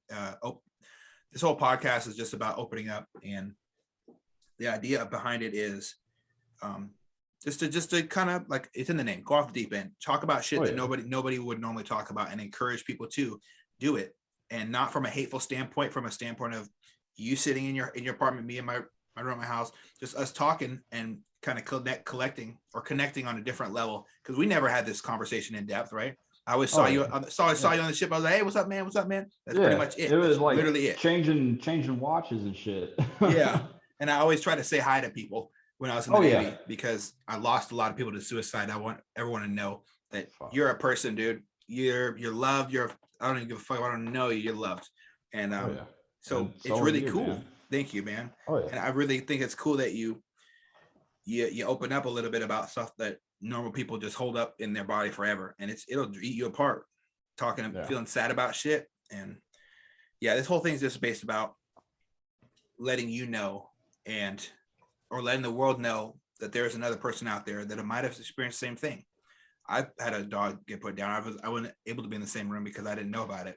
So it was really difficult for me to like show up, and my sister's bawling her eyes out, and I'm like, what the fuck, man? So when you talk about that, I'm like, wow, someone's going to relate to that, and someone's going to, hopefully they reach out to you and just wish you the best. People always reach out to me, like per episode, I probably get at least 50 people message me. Hell yeah, dude. And it's really nice to just have this interaction with a large group of people without it being negative. Like, I'm not getting hate mail anymore from people who have negative shit to say. Even the negative people say positive things now. And that's the effect I want to have on others. You got hate mail? Oh, I get hate mail over things I post on Facebook. I get hate mail. Oh, yeah. I get hate mail over my friend shit. I get hate mail. If you're on my Facebook, you're my friend, someone will be like, hey, your friend said this about me on my shit. And I'm like, wait, are you gonna fight? If you got a problem with it, tell me you want to fight. If you don't want to fight, sucks to suck. Okay. Who cares? Just talk it out or whatever. But a lot of people don't want to connect. And this is something I use as a tool to force people to connect with others. Oh, yeah. Instead of staying in an echo chamber of just one way of thinking or just negativity at all, man. It's so important. It's so important. Well, I just wanted to touch on one last thing before we wrap it up. I know you talked about depression before. Mm-hmm. What has been the most challenging piece of it? And do you have like a way that you got through that and, kind of persevered? It's been, that's a loaded question, man, because I battled depression while in the military. Mm-hmm. I was always homesick. And then it got worse when I got out of the military, because it took me 3 years to finally like kind of settle down from separating. And I don't know, like I don't know if we have a mutual friend on Facebook, but she's about to get out, and she is like going full loaded worrisome. And I'm just trying to tell her, hey, it will work out. It took me a while. You're not alone. Thousands of people separate from the military, and you're not alone. And if you just bust your ass and seek help, and that was one thing. That was definitely the one thing, because was seeking help and finally admitting that I had a problem and I hate saying I need it, but it helps. And that's another thing. So yeah, I'm on antidepressants for my depression, anxiety, and I have in the past tried to wean off of them. No, not successful. And that's all through the VA. So go back to the VA, get prescribed some meds, get back on them. And there was, I spent 3 days in the psych ward in Dallas because I wanted to I was like, I quit the Navy for this. I went through a divorce with this. My ex ran off with a dude, had a baby with him, and they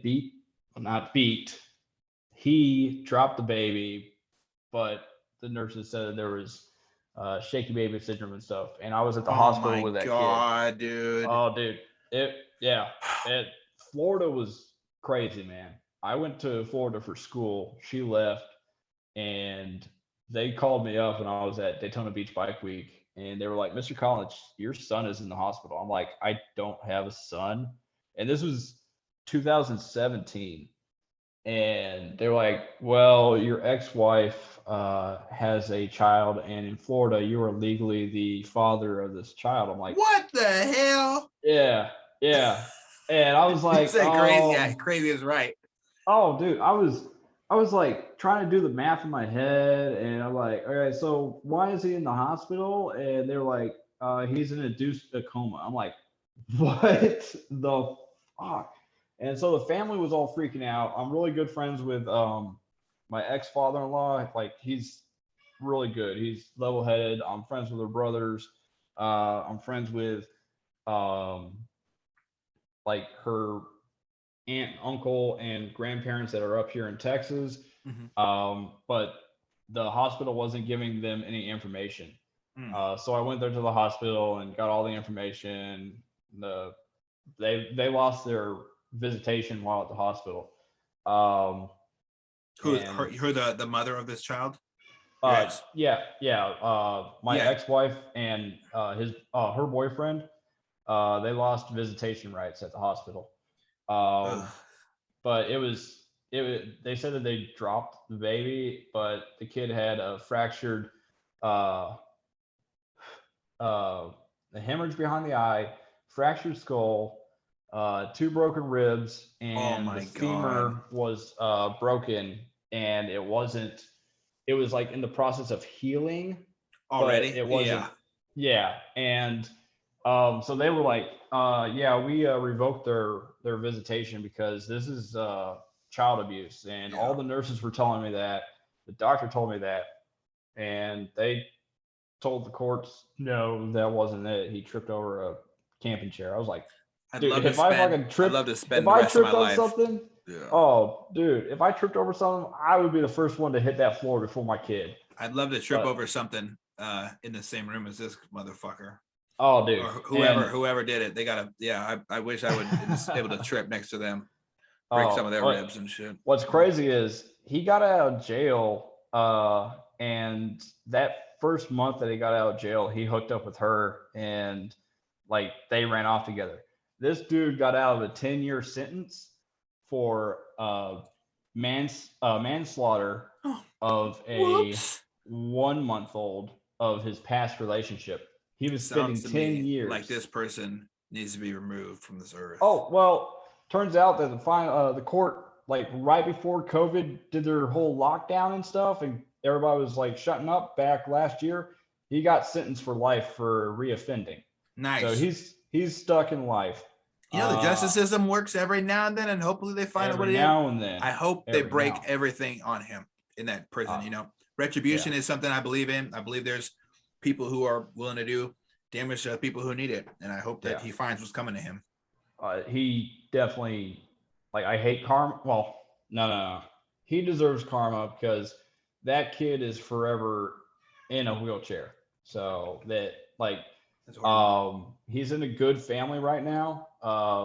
His My ex's older brother and his wife took him in and their second child, because they had another kid together. Despite the court saying you cannot have contact with each other, they had two kids, but Jesus those two Christ. kids are up in North Carolina, like with good parents. They have three other siblings, I believe. Like her brother and his wife are saints. They took them in. But I'm really glad you got a divorce from this person. I take back what I said earlier. I'm really glad you got a divorce from this motherfucker. Jesus Christ. dude, I learned a Oh, lot. And that was the second time she cheated on me. I'm Time. sorry. I'm sorry that you went that. I think that's one of the biggest offenses you can do to somebody else is be in a relationship with them and not be on the same page as them as far as with who you're going to share your body with. It's pathetic. I know people in open relationships. I know people who have threesomes every other week. I know people who are in long-term relationships that are, just between two people like me and my wife. We don't share our bodies with other people. I don't check out bitches. I don't watch porn. I don't do any of that shit. Yeah. So everybody has their own different standards, but when you break the other standards you've already set in place with your partner, there's something so wrong about that. And I'm really sorry about that happened to you, man. And I hope you're healing from it, man. But see, this is the thing. I got out of the military, and so when we were in the military, it was my income. She didn't have to work. She worked some bartending jobs every once in a while, but she didn't have to work. When we got out of the military, income went low. And I was going to school, so I was gone from 6 o'clock to noon for school, and then from noon to 10 o'clock at night, I was working at the Harley Davidson there, just part time, but basically there almost freaking every day. So I kind of came down to the conclusion that I was not giving her the attention, because I would come home and I would, pass the fuck out because I'm going to school, going to work, and all that stuff. I would not give her attention, which I can understand. But at the same time, you don't go out and seek attention from somebody else. No, that's where it comes down to being an adult. People say they're ready for a relationship. People say, I love you, I've infatuated with you, and all this other nonsense. If you're not ready to commit to a relationship, then don't. I mean, there's no shame in saying that I'm not ready to not fuck anybody else. I think it's a cool thing to say. I think it's important that we let our kids know how special they are, and that they shouldn't go back to somebody after cheating is a big thing. Is because I've seen so many friends do it, and I always tell people when they get cheated on, I said, hey, you're so much better in this situation. It might feel like the right thing to do to forgive somebody. This is not something you should forgive. We should be, as a collective society, completely against allowing cheaters back into our lives, because they're doing it to somebody else, or they'll do it to you again. And you're worth more than that. Like, I'm looking at you as a person through this video camera right now. You're worth more than me than watching you be happy for a little bit and getting hurt again, than, to suffer through the breakup. Suffer, bro. Suffer through the breakup. And she cheated on me before, and I took her back, and then she cheated on me, and this was not really, my decision of the last straw, because she was like, I'm happy with this person, I want a divorce. And it's like, okay, you need to pay for the divorce. I'm like, fuck, what the fuck? No. Anyways, so there was that. And that was a full year. That was a year process of getting divorced, because she showed up to the first court date, and my lawyer looks at me and she's like, you didn't tell me she was pregnant. I was like, no. I said she might be pregnant, because at this point it was like September or October when I was supposed to get divorced. And she was like already pregnant. She's like, well, you won't be able to get divorced because legally you'll be the father and they need to do a DNA test. I'm like, the math doesn't add up right. We didn't have sex for the whole fucking month before she left me. Like, come on. Damn. So the kid was born, did a DNA test, wasn't my kid. And the kid is definitely in a better place right now up in North Carolina with his brother and that's good. 3 other siblings, and being looked at after a whole lot. I moved back to Texas. Oh yeah, I got into a motorcycle accident when I came back from the Florida Keys. That's when I started wearing my helmet, because I flipped over a car that decided to cut out 3 lanes of traffic, stop in my lane because the median was too full. And I went over his trunk. I slid, and luckily I just had a bruised hip and a sprained ankle. And from then on, I wore a helmet. Probably a good decision. Oh yeah. But got back to Texas. I got the job that I got out of the military for, and that was at a mom and pop big name motorcycle dealership here in Texas. It's not Harley, but it's a big mom and pop one. Turns out that didn't really pay well. The owner really didn't take care of his employees, as far as there was no insurance, because he found out 2 years ago, when I started 2 years before, that he wasn't legally required to carry insurance. So there was no benefits. There were guys there that were like turning wrenches, and they were like 70. And I was just like, I don't want to be doing this until I'm like freaking old and like, hell no. wrinkly and stuff. even if they pay you $15 an hour as a minimum wage, I think it would be good to always find people that value you and they pay you like you're worth. Like I work on an elevator. I work on elevators, right? So I'm set to make $60 in the next year and a half an hour. And it's really difficult for me to understand people who don't have a nice insurance package and stuff like this. And, and I tell everybody, there's a job out there that'll pay you better. Like these people are just, you're just a number of these motherfuckers, right? Go get your worth. Exactly, dude. And that rings true. That fucking rings true. I was there for a month and everything from getting out of the military, going through the divorce, moving back to Texas, and like this whole feeling as I quit the military for this job, I was like, huge letdown. I fucked myself. And so depression sank in. I didn't necessarily get to the point where I wanted to kill myself. That's good. I'm thankful for that. Well, there was 2 times in the military that I attempted. So I knew the warning signs. Mm-hmm. So I drove myself to the fucking Dallas VA. I spent a few nights there at the psych ward.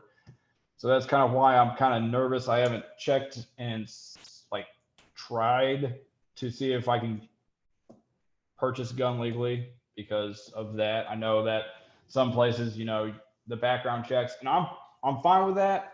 I don't want to hurt myself or hurt anybody else. So that's the damn thing that I'm kind of nervous about is legally obtaining a firearm. Because yes, I will do it legally, but I don't want to be like, oh, you can't do it because you spent a few nights in the psych ward or you're on antidepressants. Okay, seeking help should never, unless you're, a person you're not like I can tell you're not a serious threat.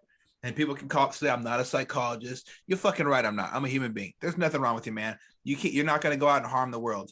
I'm glad you didn't lose your life those 2 times where you tried in the Navy. And I wish I knew you better at the time to be someone to lean on, man, because it's tough. Like I've been suicidal in the past. I haven't never acted on it. I've never even attempted. I had the thoughts and I fought those demons because I had a good group of people. Having a good group of people always helps. And I don't think you're going to harm. You're not going to go out there and shoot up a store and get suicide by a cop. Like you're not doing that. Exactly. Man.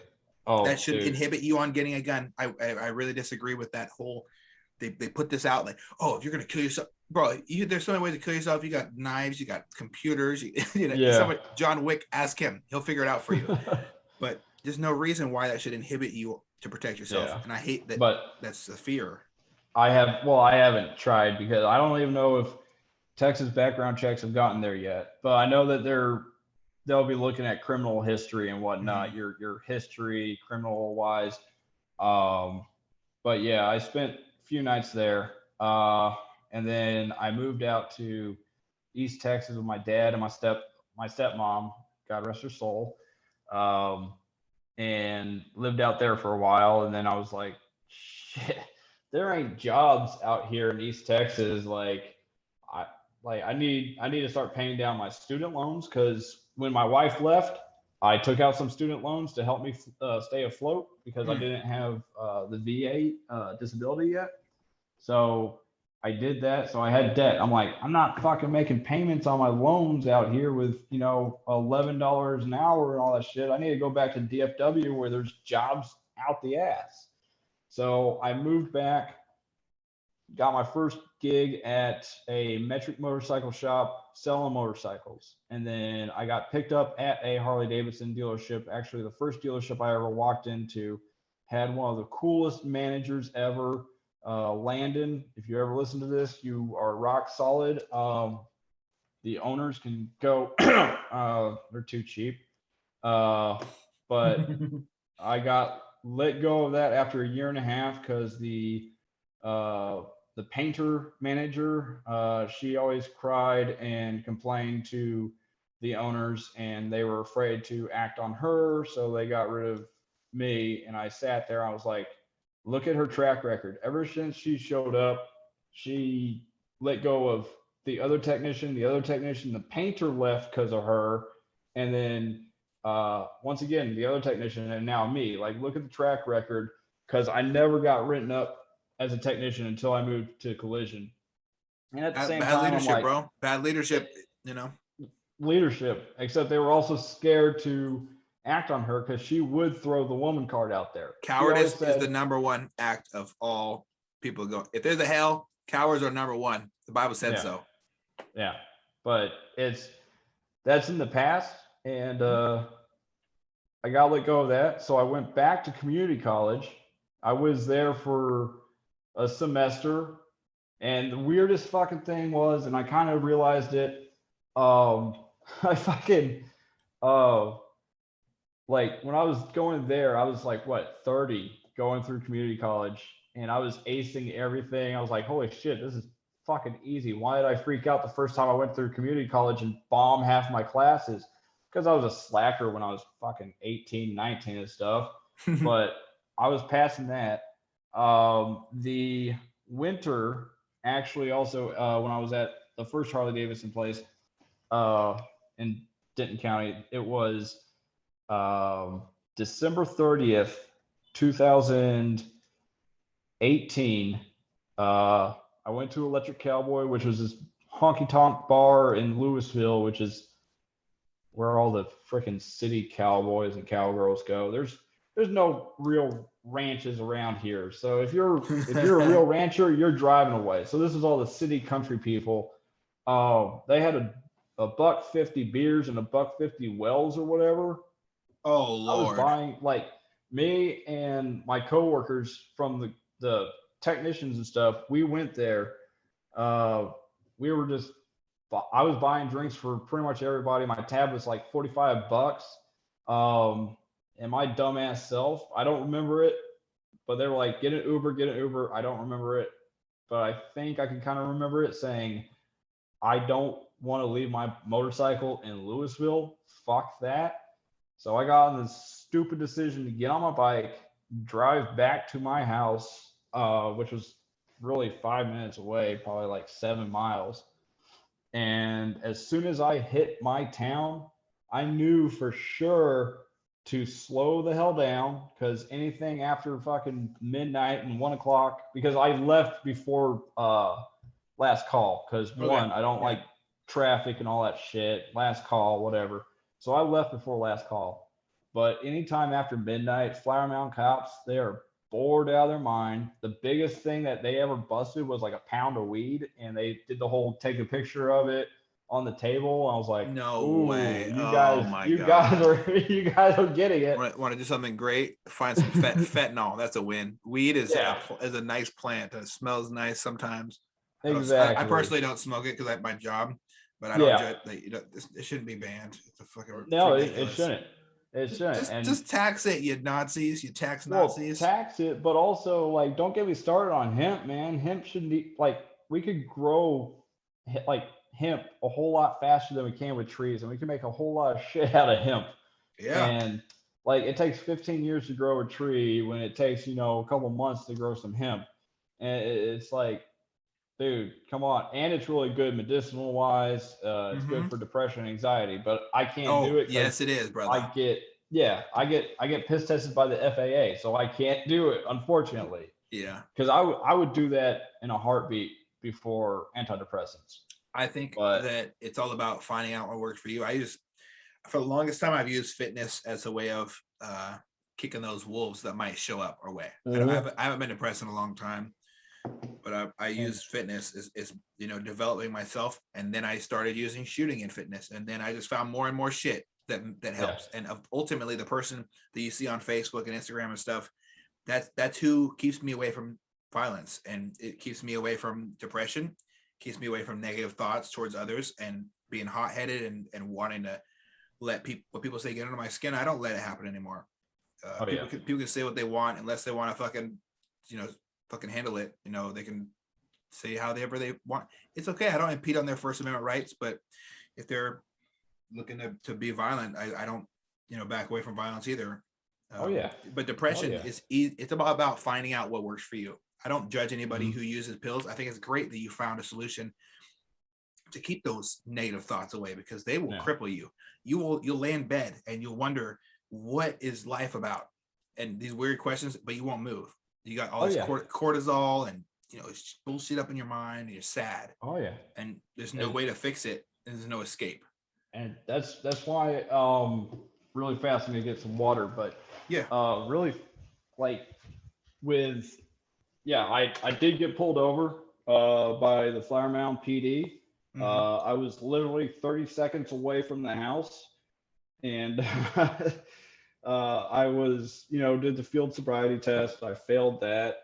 I got slapped with handcuffs, and I was like, "Oh, this is it. I'm the last Collins to go to this jail." Because both my father, first off, was he was arrested and spent a night in jail for being publicly intoxicated in Flower Mound. He actually got off of his motorcycle, somehow didn't get a fucking DWI, but he was arrested and put in that jail. My brother was arrested. I forgot what the hell he did. I don't know if that was when he was carrying marijuana or shoplifting. I don't know.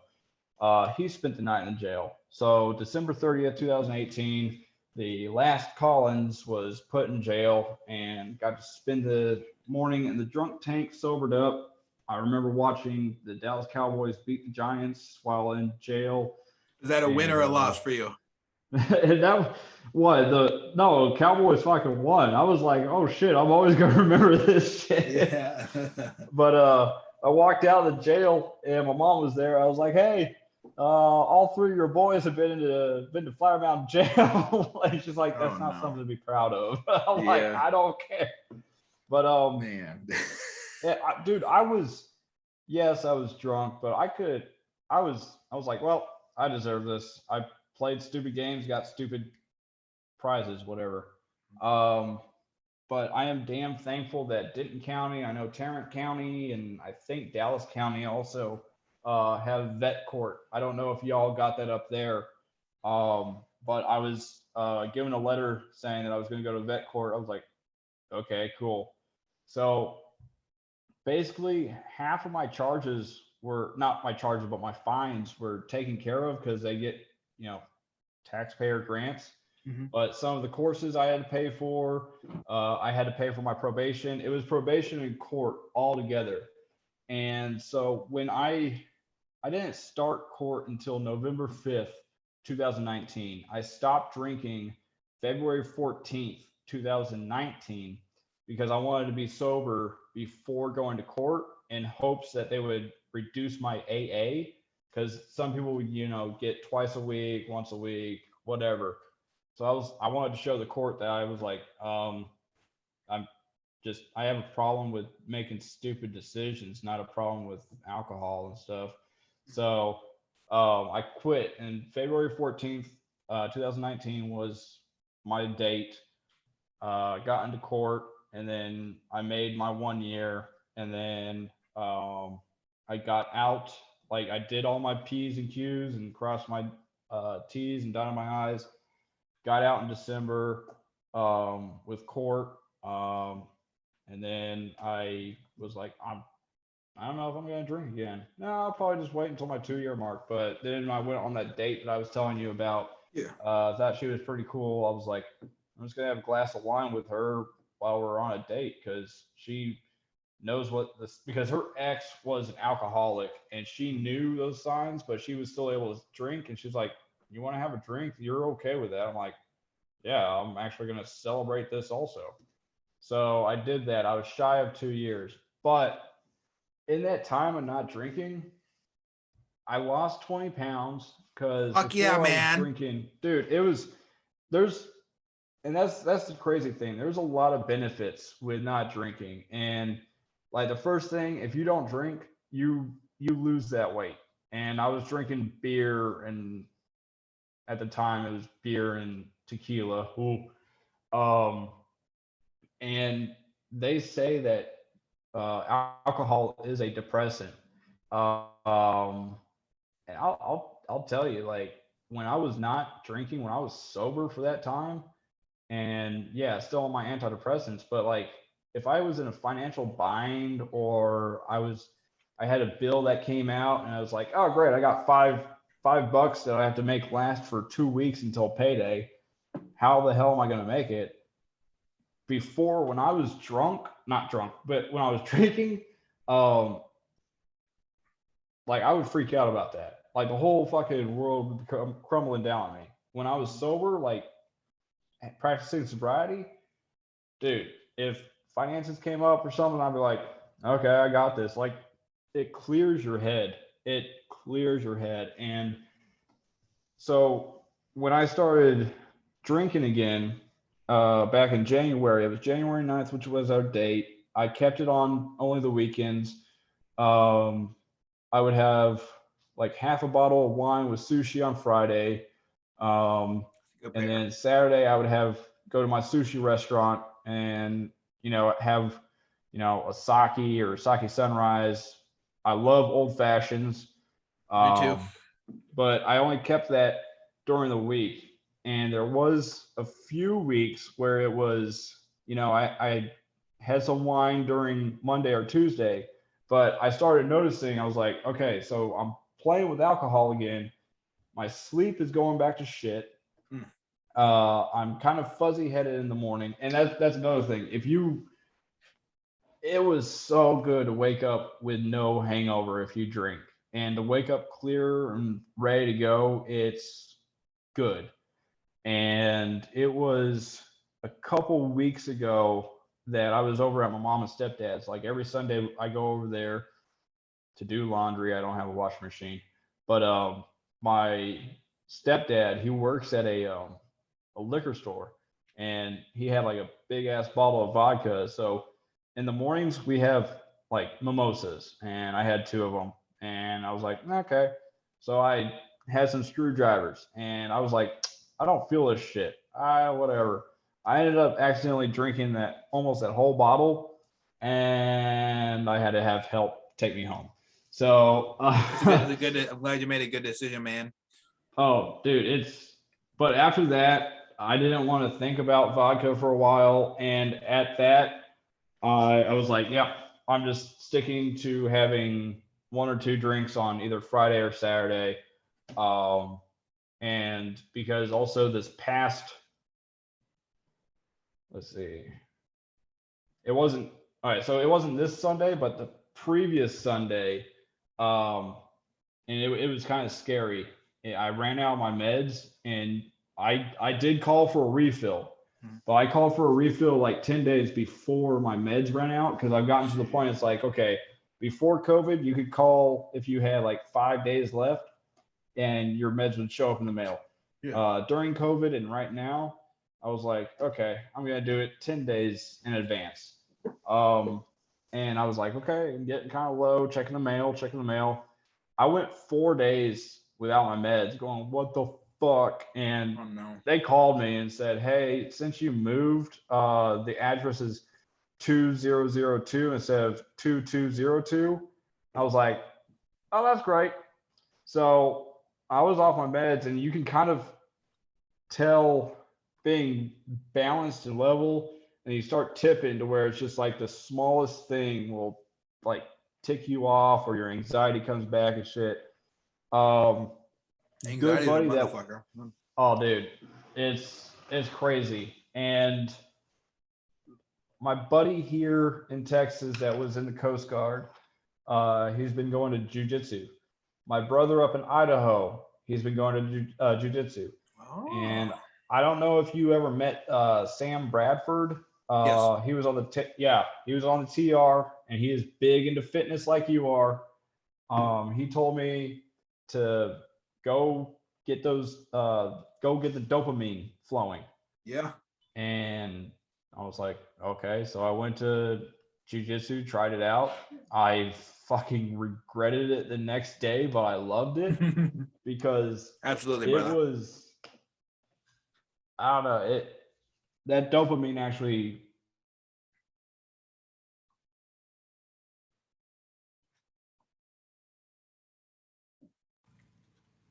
So this concludes the first half of the Mike Collins podcast. We wanted to talk about a couple more things, so we're going to go ahead and split it up into two. So everybody stay tuned. As you know, we're going to be putting out quite a few episodes this week.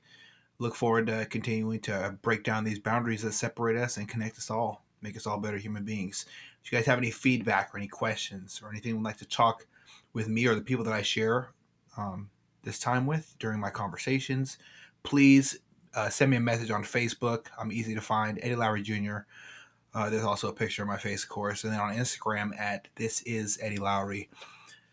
Thank you very much for tuning in, and hope you guys have a great day.